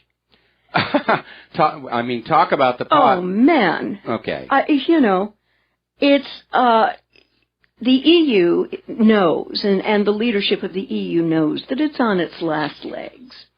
And the resolution that was passed on the 23rd of November of last year defines the main actors, Russia and Daesh, but it is Russia that occupies most of the resolution. The document equates Russia with transnational terrorist and criminal organizations that have repeatedly engaged in a strategy of deliberate deception. Russia has a Death Star.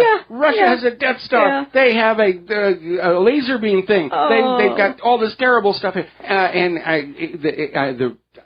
utter absurdity of it is we have it from multiple sources, including official U.S. government documents, that it was the U.S. that created, trained, funded, and continued to support ISIS and Al-Qaeda. Hello. Yes, absolutely. So I've got a memo to the Eurocrats at the EU. With these accusations regarding Russia, you have really jumped the shark and become totally irrelevant and useless to the futures of the countries you allegedly represent. And to conflate Russia with ISIS? I mean, it's like these people have gone absolutely collectively crazy. You know, what they're doing is they're thrashing around. They're not getting traction with any of their accusations against Russia because we all remember Saddam's nukes, Assad's sarin gas, Lusitania not carrying weapons, and on and on and on and on. And so we're not listening. And every time they put out a piece of propaganda and it doesn't work, their only response is, well, let's say something even worse. Yes, and what these people need to do is collectively take their heads out of a very dark, unpleasant place and sniff a little sunshine. Russia is not the problem with the angst and agita that the people of Europe are feeling right now. It is the dissatisfaction of Europeans having to live with the regulations of the out-of-touch, tone-deaf, and blind EU bureaucrats in Brussels, which has caused a populist uprising by a very strong desire to break free of an economic and financial system which is great for the large corporate banking and taxing entities, but lousy for people who are living in the countries which comprise the EU. Has anybody seen Juncker in public sober anytime recently? Yeah, I haven't seen him in public much at all, to be perfectly honest. He's got a good reason to be hiding on out there. Yeah. And there is a real question of whether the European Union and the euro can actually survive. But Mike, and I'd like your input on this, my sense is without a major war fronted by NATO and the U.S. against Russia, it will ultimately have to collapse of its own weight, as the basic international understandings which created it were based on some false assumptions. Well, you've hit the nail right on the head there, because the thinking that's going on in Washington, D.C. and in Brussels is, if we can get a really good war going, then the ordinary people, the deplorables, the flyovers, the serfs, the plebes, we'll forget all about the corruptions and the taxing and all the other abuse and everything, and they'll line up behind our flag and they'll give a snappy salute and they'll fling their babies onto the enemy's bayonets, because it's always worked in the past. But again, that kind of a tactic only works when the public is predisposed to believe and trust the government and the media, and they don't have that anymore. And I would like to put the EU on notice. It has been the fake news regurgitated by corporate prostitutes to further government agendas worldwide, which gets people killed. Do any of those in the EU remember what happened after the U.S. government accused Saddam Hussein of having weapons of mass destruction? I rest my case. Yes. Yeah. Another thing that's not getting very much traction here, strikes are spreading in Mexico, and apparently thousands of police have been deployed to the capital to counter these arrests. And Mike in the control room was actually feeding me information about it over the gasoline price hike, and there's major riots going on. Oh, yeah. Apparently, President Nieto's cut to gas subsidies, known colloquially as the gasolino, have really infuriated the people of Mexico. One police officer has been killed in an impoverished neighborhood of Mexico City, and the mayor has deployed 900 police to guard commercial centers throughout the city. Well, you know who they're already blaming for this? Donald Trump. Yes, of course. Because he's taking the Mexicans' jobs away and bringing them back to the United States and sending the refugee and the illegal immigrants back. And so we have to cut the gasoline subsidies, and it's amazing. Yeah, and apparently 14,000 bus, truck, and taxi drivers in the oil-producing state of Veracruz announced a statewide strike of indefinite length, with many leaving their trucks, cabs, and buses parked on the streets. Now, the trade unions are trying to prevent the demonstrations from coalescing into national strikes. Trade union bureaucrats who announced the recent strike stated explicitly that they were forced to do so by their workers, who, in the words of one trade union official, are becoming violent. When people get desperate, hello, that's what happens. Well, there's a trend here I would like everybody to pay attention to. Yeah. We started seeing way south, in South America, civil unrest as their economies began to unravel under the pressure of debt to the private central bankers. Now it's moving northward. Now it's in Mexico. There's only one more border before it gets here. And maybe that's another reason they're trying to start a war with Russia, so they can say, well, it's not our fault that you don't have food and gasoline. There's a war on. It's all Vladimir Putin's fault, and Vladimir Putin, as we know, is the illegitimate grandson of Adolf Hitler, and Satan, Satan's his uncle, and Cthulhu is his grandfather. Yeah, but the question is, if Nieto does call in the federal troops, the Mexican federal troops, on whose side will those troops' loyalties lie? And I think that will probably determine the fate of what happens with these demonstrations. Yeah, it's going to get very brutal there, and I'm not surprised the corporate media isn't paying a lot of attention to it, because, you know, it might give those American slaves uppity ideas. Yeah, I think so. Another place that, again, is getting no corporate mention whatsoever is Yemen and the plight of the Yemeni children. What has happened since the 15th of March in 2015, the Saudis have been bombing the heck out of Yemen. Thank you. You are welcome. And there are certain things, and all of our friends who are former military understand this. There are so-called conventional rules of war. You don't hit hospitals, you don't hit schools, you don't, deliberately hit outdoor places where you've got innocent civilians. Oh, well, every time those get hit, you know it's an accident. It was a mistake. Yep. We didn't mean to be killing all those people. We're the good guys. And, Mike, I have to share this. When I was a kid coming up and living in very bucolic Burbank, California, I never thought in my wildest imagination that the United States would ever become complicit in war crimes. But fast forward to 2015, and that's exactly what they're doing. Collective punishment through starvation is a war crime. Yes, it is. The Saudis are preventing, because food has to be shipped in to Yemen because of the situation in the land, and the food's not getting through. Children are starving. Children are getting killed. And to understand that my government is complicit in the depth of this kind of war crime makes me very, very angry. And when President Trump does get inaugurated, I think we the people need to have a very sober conversation with his administration to see where the U.S. government is going to continue enabling these Saudi war crimes. And I say this because at the end of the day, the only real solution to the conflict has to be a political one.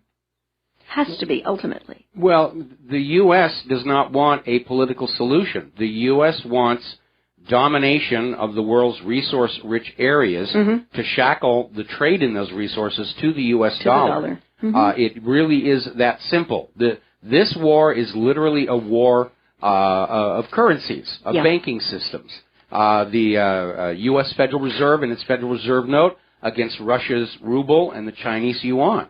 And the U.S. government is clearly in a state of panic, and I think the realization that we've just lost Syria, or they've lost Syria, it wasn't my work, is only going to accelerate their panic. The fact that they're unable to get any traction on this Russia deal is going to put them into more of a panic. The corporate media is collapsing in the face of the independent media, and at this point they're feeling very cornered, and of course, as anybody who's a hunter knows, a cornered animal is always the most dangerous.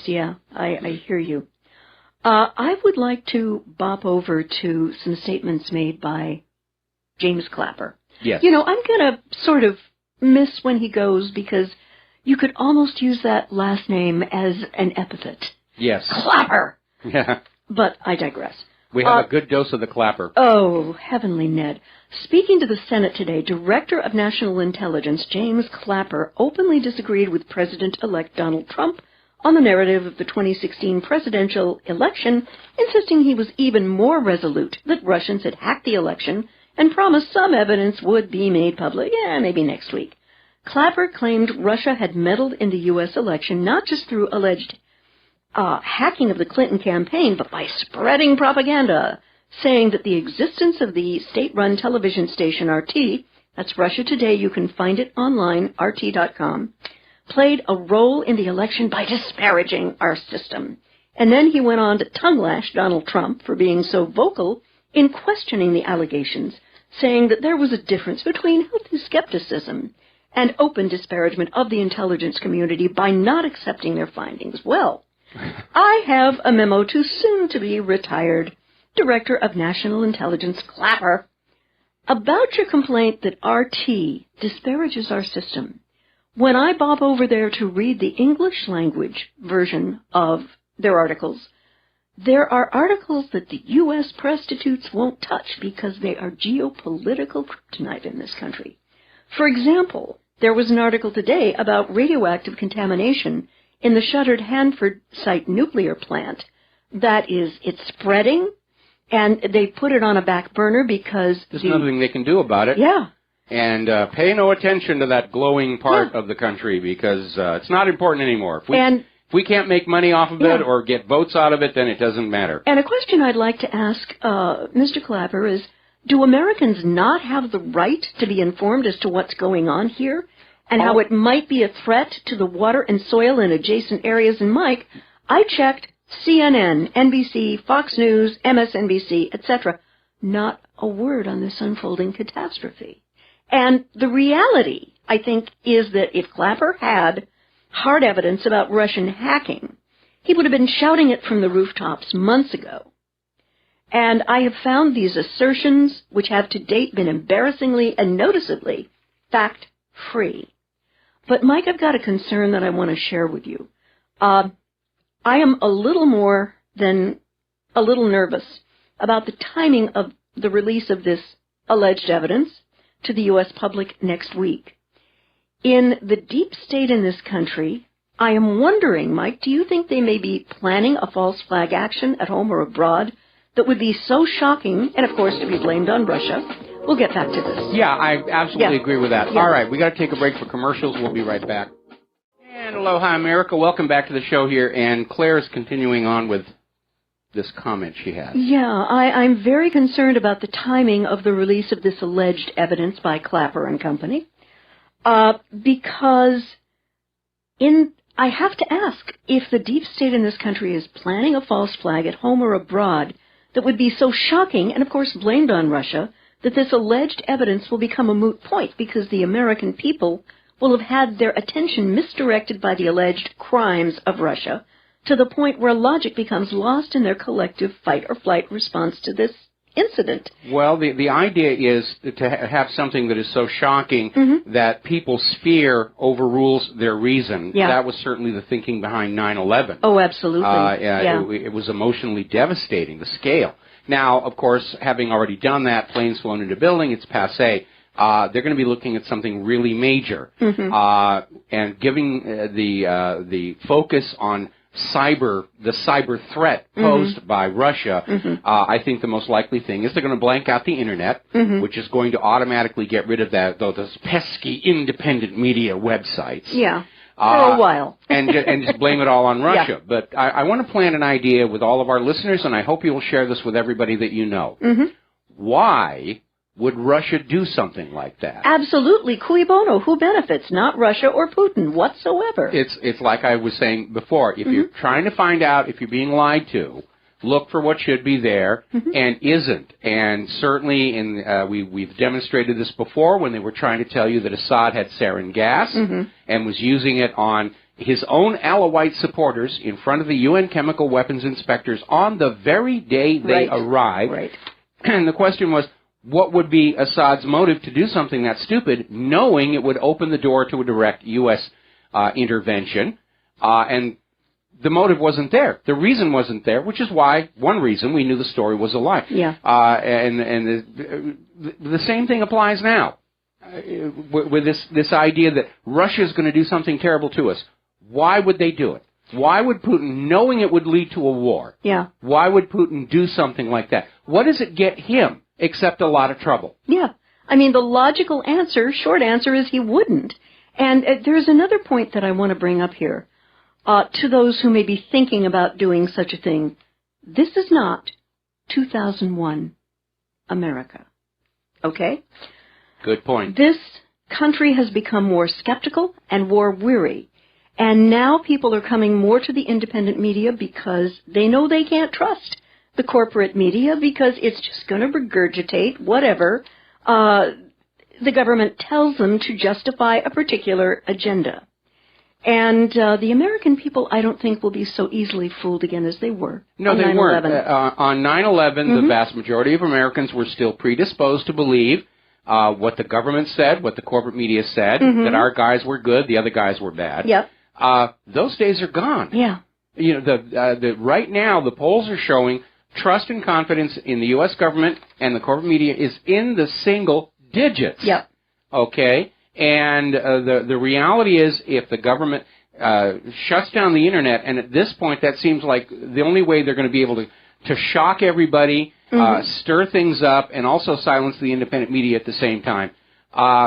Again, why would Russia do something like that? Russia gains nothing from that. The U.S. government gets what it wants. The independent media silenced, people forced to turn their TVs back on and get the propaganda being fed to them by the corporate media. And remember, propaganda against you by your government is now legal, has been legalized since 2013, in which the U.S. government is taking your money away from you and using it to lie to you and trick you into giving them more money and your children for these wars of conquest. Another part of Obama's legacy. Well, let's be fair and honest. Obama did not create this all by himself. No, he went along with it. He's part of But this has been building for going on 30 years. Yeah. We've been seeing this deterioration. And when I first got involved as a truther because of the Vince Foster affair, and because I had a lot of time on my hand after I got blacklisted out of Hollywood. But I began to see past Vince Foster and even past the Clintons to this larger pattern that was unfolding, that was leading us inevitably to a new world war, potentially nuclear, and we've got to derail that. And possibly with the loss of Syria, they may rethink their plans. But unfortunately, I think they've gone so far down this road of the project for the new American century, they feel they can't turn around. And they may even start a war with Russia, knowing 90% of the American people know it's all a pile of bovine excrement. We'll be right back. Hi, America. Welcome back to the show. And I want to step back to a comment that Claire was making about Clapper was on the attack against Russia today for disparaging our system. And what's really going on here is you need to remember there's nothing in Russia today that is factually incorrect, or they would be sued. And what Clapper is really upset about is this carefully manufactured illusion of what the U.S. is supposed to be, as presented to the American people, is coming apart. And that's what they're angry about. Yeah. When he's talking about disparaging our system, he's talking about pointing out that much of it is a lie perpetrated on the American people and the world. Right. That's the same issue they have with the leaking of the DNC emails. They don't even want to talk about the fact that Hillary and her people were actually writing all this stuff. Nobody has said any of it's fake because it's duplicated in multiple places, Judicial Watch, congressional investigations. We know this is the real emails. Their anger is over the fact that the carefully cultivated illusion of the public Hillary was shattered, and Americans got to see the real Hillary Clinton, just like Americans are getting to see the real U.S. government, and they understand the American people are not going to stand for the real true nature of our politicians and our government. And right now we're in the same situation the Soviet Union was in mere months before its collapse, when a group of Soviet citizens started communicating with each other on fax machines. They didn't have internet and computers like we do, but they started all across the Soviet Union writing articles from their own direct knowledge. The government is lying about this. And they would put it in a fax machine. It would be programmed to send to 10 other fax machines. The people in those fax machines would read the articles, maybe add something to it, stick it in their fax machine, and it would go to another 10 machines, 10 times 10 times 10 times 10. And in a matter of just a few hours, these articles would be all over the Soviet Union. And it took away from the Soviet Union their ability to lie to and propagandize their people successfully. And absent that, the Soviet Union collapsed. And I think the United States is headed in the same direction. I was hoping that under President Trump we could avoid that and turn around and start that long trek back to a constitutional republic with an honestly democratically elected leadership. But looking at these various intelligence agencies and politicians like John McCain, it does seem like our current government is past the point of redemption, and we're going to have to go through that collapse that I've been concerned about. Unless the U.S. does succeed in starting a war with Russia, and we have to go back to worrying about mushroom clouds. Take it away. Thank you. The next thing I'd like to look at and share with our listeners and readers. U.S. officials say Russian approval of Trump win is evidence of hacking. The evidence that Russia was behind the hacking of the Democratic Party. Well, this is about as flimsy as anything else they can trot out, and yet this appears to be the entire cornerstone of their narrative, that Russia was happy that Trump won the election. And officials conceded that important evidence that led to their conclusion only came after the election was finished, by way of explaining they didn't make any accusations before the vote. And the Washington Post report quotes senior officials, of course they're not named, of that conclusion. It was intercepted by private communications showing that Russia was happy with the outcome of the election. Well, I've got a short memo to the editorial board of the Washington Compost. Yes. You first, dear. Well, I mean, half of America was happy with Donald Trump's election victory. I was happy with Donald Trump's election victory. So was Claire. That's not proof that we hacked into the DNC computers. That it is flimsy in the extreme, and they're already trying to walk back from that one. They understand that breeze they felt on their bottom was the shark fin whizzing by. Yes. Or as they whizzed by the shark. Yeah. And my memo to the Washington Compost is, you can't double down on nothing and pretend that you actually have something, which is exactly what they've done with this false justification of blaming Russian hackers for breaches in the DNC when the FBI was refused access to the DNC's computers in the first place after the claims of hacking went public. I think rather than happy at the outcome from the Russian side, the more correct word would be relieved. Because, Michael, they knew what the heck was coming from a Clinton presidency. Yes. A three-letter word called war. Absolutely. Clinton is a card-carrying warmonger and darling of the military-industrial complex. And if you take a look at her campaign, the CVs of her advisors, I challenge anyone to tell me that any of these people would be willing to, quote-unquote, give peace a chance. Not until the pigs fly. Hillary Clinton's national security advisors were a who's who of the warfare state, and her Syria policy would have included war with Russia. They wanted her, the military-industrial complex wanted her as their president big time because she was in lockstep with their agenda. We, the people, are not. And as a peace activist myself working with Mike, I was relieved when Trump won the election because although I still think that if he feels military action's the only way to get something done, I sincerely believe, Mike, that he will explore all possible peaceful options before his military is directed to put our young men and women who serve in harm's way. Clinton, on the other hand, wouldn't care. No, look at her tenure as Secretary of State. Yeah. She was sticking the U.S. government's nose in everybody's business all over the globe, and they've left a real mess of the world. Yeah. And Donald Trump has come into office. He won the election, said, we're not going to do this anymore. This is not working. We're not going to do it anymore. And that is a threat to everybody in the establishment whose fame and fortune and wealth and power and privilege depends on other people around the world bleeding to death. Yes. Yeah, and there are way too many of them. Yes. I would like to talk about a comment that Jordan has made about the potential of moving the Israeli capital from Tel Aviv to Jerusalem. And apparently Jordan thinks this is going to be a seismic, catastrophic move with tremendous repercussions for Trump's plan to move the U.S. Embassy to Jerusalem. I agree. One of the few areas where I disagree with Donald Trump is his support for Israel, which I understand a lot of that's coming from Sheldon Adelson. Right. A lot of that's coming from Alex Jones, unfortunately.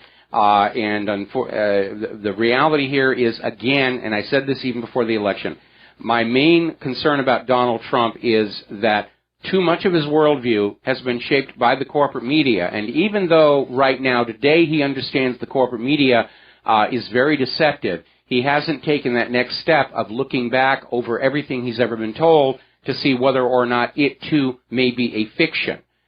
He may be laboring under the illusion that the corporate media only started lying about everything over this last year to get Donald Trump here.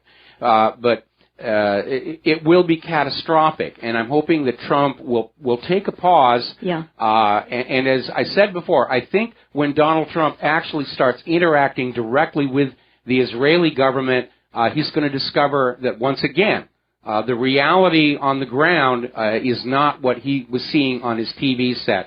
And I think after about a year, his enthusiasm for Israel is definitely going to cool. The spokesperson for the Jordanian government, Mohammed Manami, said in public that the embassy move would be a red line for Jordan, which would inflame the Islamic and Arab streets and serve as a gift to extremists. The guy is right. Yes, he absolutely is. He absolutely is. One of the things that surely will happen is we will probably see more violence in Israel.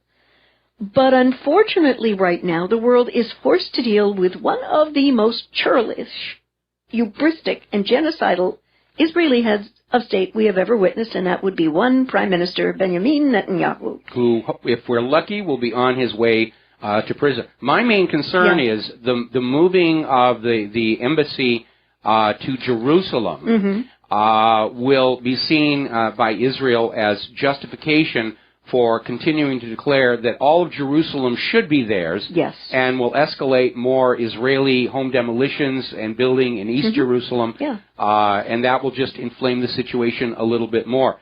And again, it all gets back to that same problem. Israel is still running itself like a Bronze Age barbaric tribal chiefdom.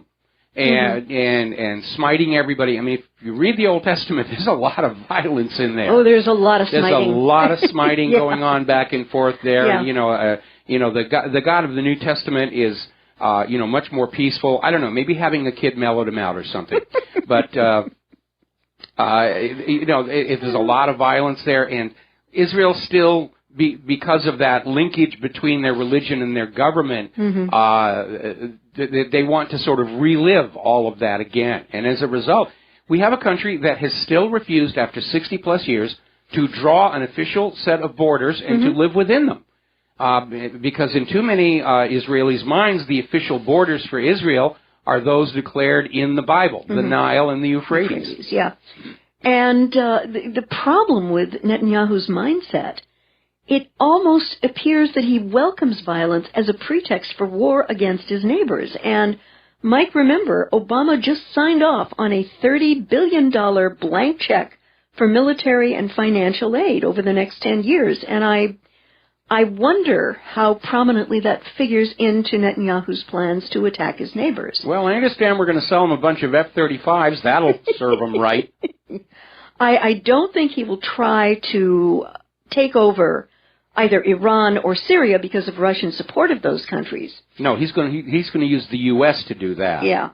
But I do worry about Lebanon, because it's known that the Israeli government would like to expropriate the Litani River in Lebanon, which at some points in its path is only 5 kilometers from the Israeli border. Well, Iran has now stepped into that, offering to arm the Lebanese army against a coming Israeli invasion. It's getting a little dicey out there. I would like to now move to an op-ed. I want to take a second here, and I want to put out a request to Monsanto. As long as they're tinkering around with that epicite gene to sterilize human beings, could we modify it so it only sterilizes the psychopathic, power-mad, narcissistic warmongers? But they provide so much of the support to Monsanto, dear. I'm afraid that's not going to happen. Oh, darn it. Here I had a vision of all these warmongers and their genitalia plop off onto the ground. The dog grabs it and runs off.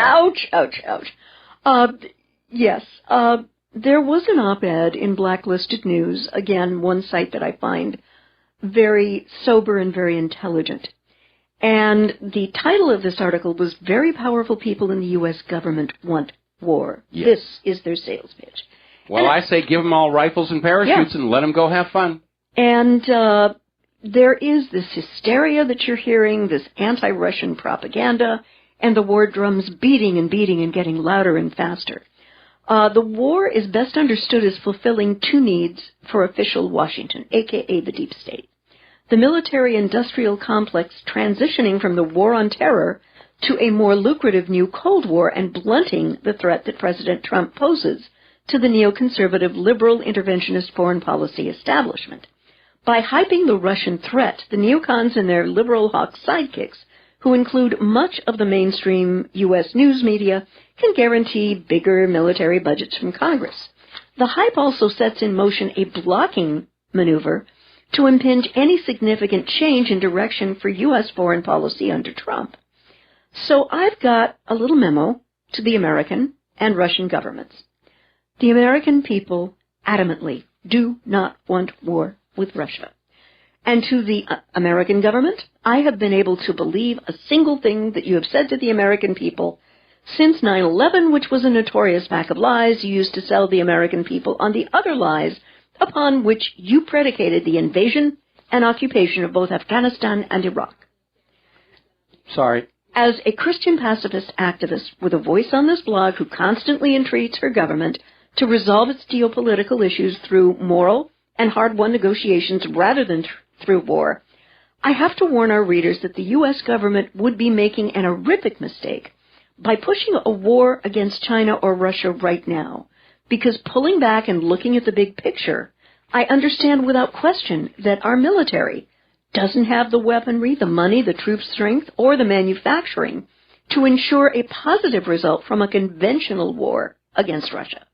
Why do I say that? Because right now, when U.S. weapons are field deployed, they are many times so late as to be obsolete relative to their original mission, absolutely do not work as advertised. Remember the F-35? And are hideously over budget. Now, Russia and China are getting a lot more bang for their weaponry buck right now without paying anywhere near what the U.S. is paying for equipment that doesn't quite measure up.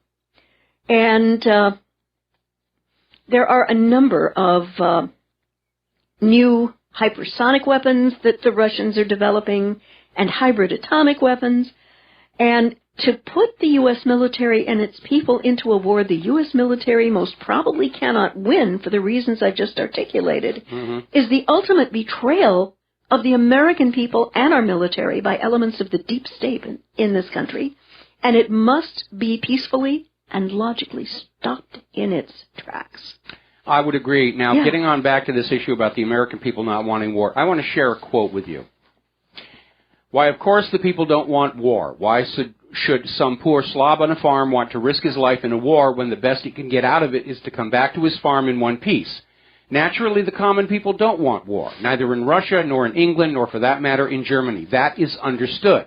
But after all, it is the leaders of the country who determine the policy, and it is always a simple matter to drag the people along, whether it is a democracy or a fascist dictatorship or a parliament or a communist dictatorship. Voice or no voice, the people can always be brought to the bidding of the leaders.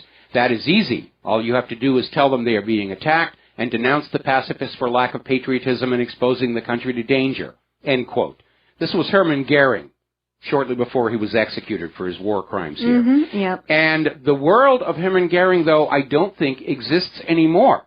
Because, again, he operated in a country where the majority of the people were predisposed to believe what the government was saying and to trust them. That world is kind of gone. I really think it is. All right, well, listen, we're coming up on a commercial break, and before we get in there, more developments on the Fort Lauderdale shooting. Apparently the shooter was actually on a flight that flew into the airport, went down to baggage claim, pulled the gun out of his checked baggage, and started shooting. How did the gun get into his checked baggage unchecked by TSA? Well, apparently that's a big mystery there. They're still not saying that they have any idea what the motive was. Okay. We'll be right back. Would help if I turned up the volume here. Welcome to the last segment of our show on this Kaahumanu Friday, and you had one more story you wanted to share with us. Yes, I did. There are some troubling accusations coming up regarding Treasury nominee Steve Mnuchin's bank, which was accused of widespread misconduct in a leaked memo. Apparently, Mnuchin's candidacy for this office is in trouble.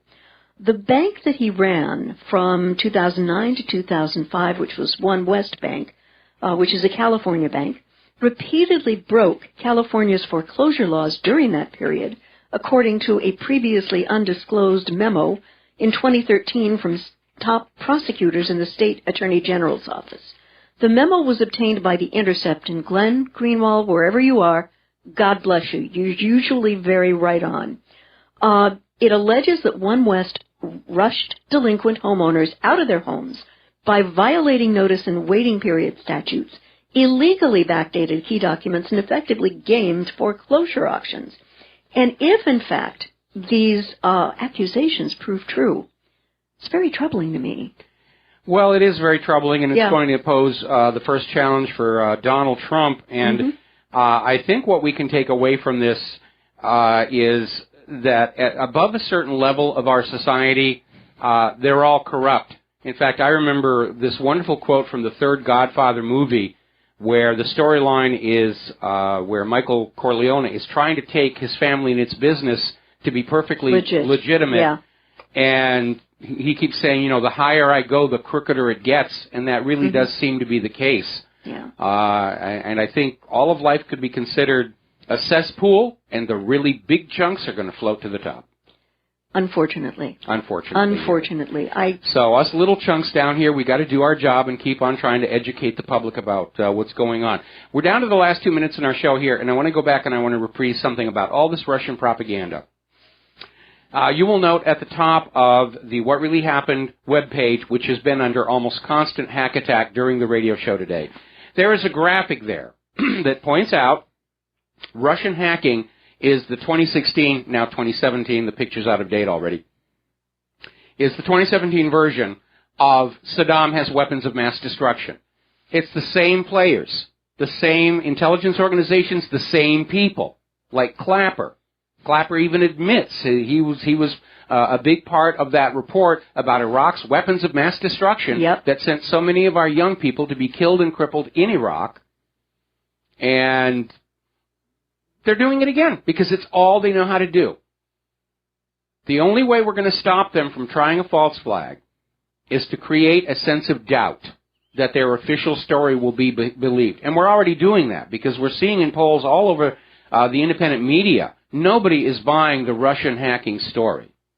And this may actually be like the first really major battle between the corporate media and the independent media over who's really in control of what Americans are thinking. And at least for the moment, we're winning, but the other side does love to play dirty. Amen to that. There it is. There's our music. It's time for us to get on out of here. And have a really good weekend. Remember, you are all Rivero's Rangers. You are parts of the independent media. Take what you learn here from the website, radio show, share it everywhere that you can. Go gently. Don't trigger their defense mechanisms. We'll be back on Monday. Aloha, America.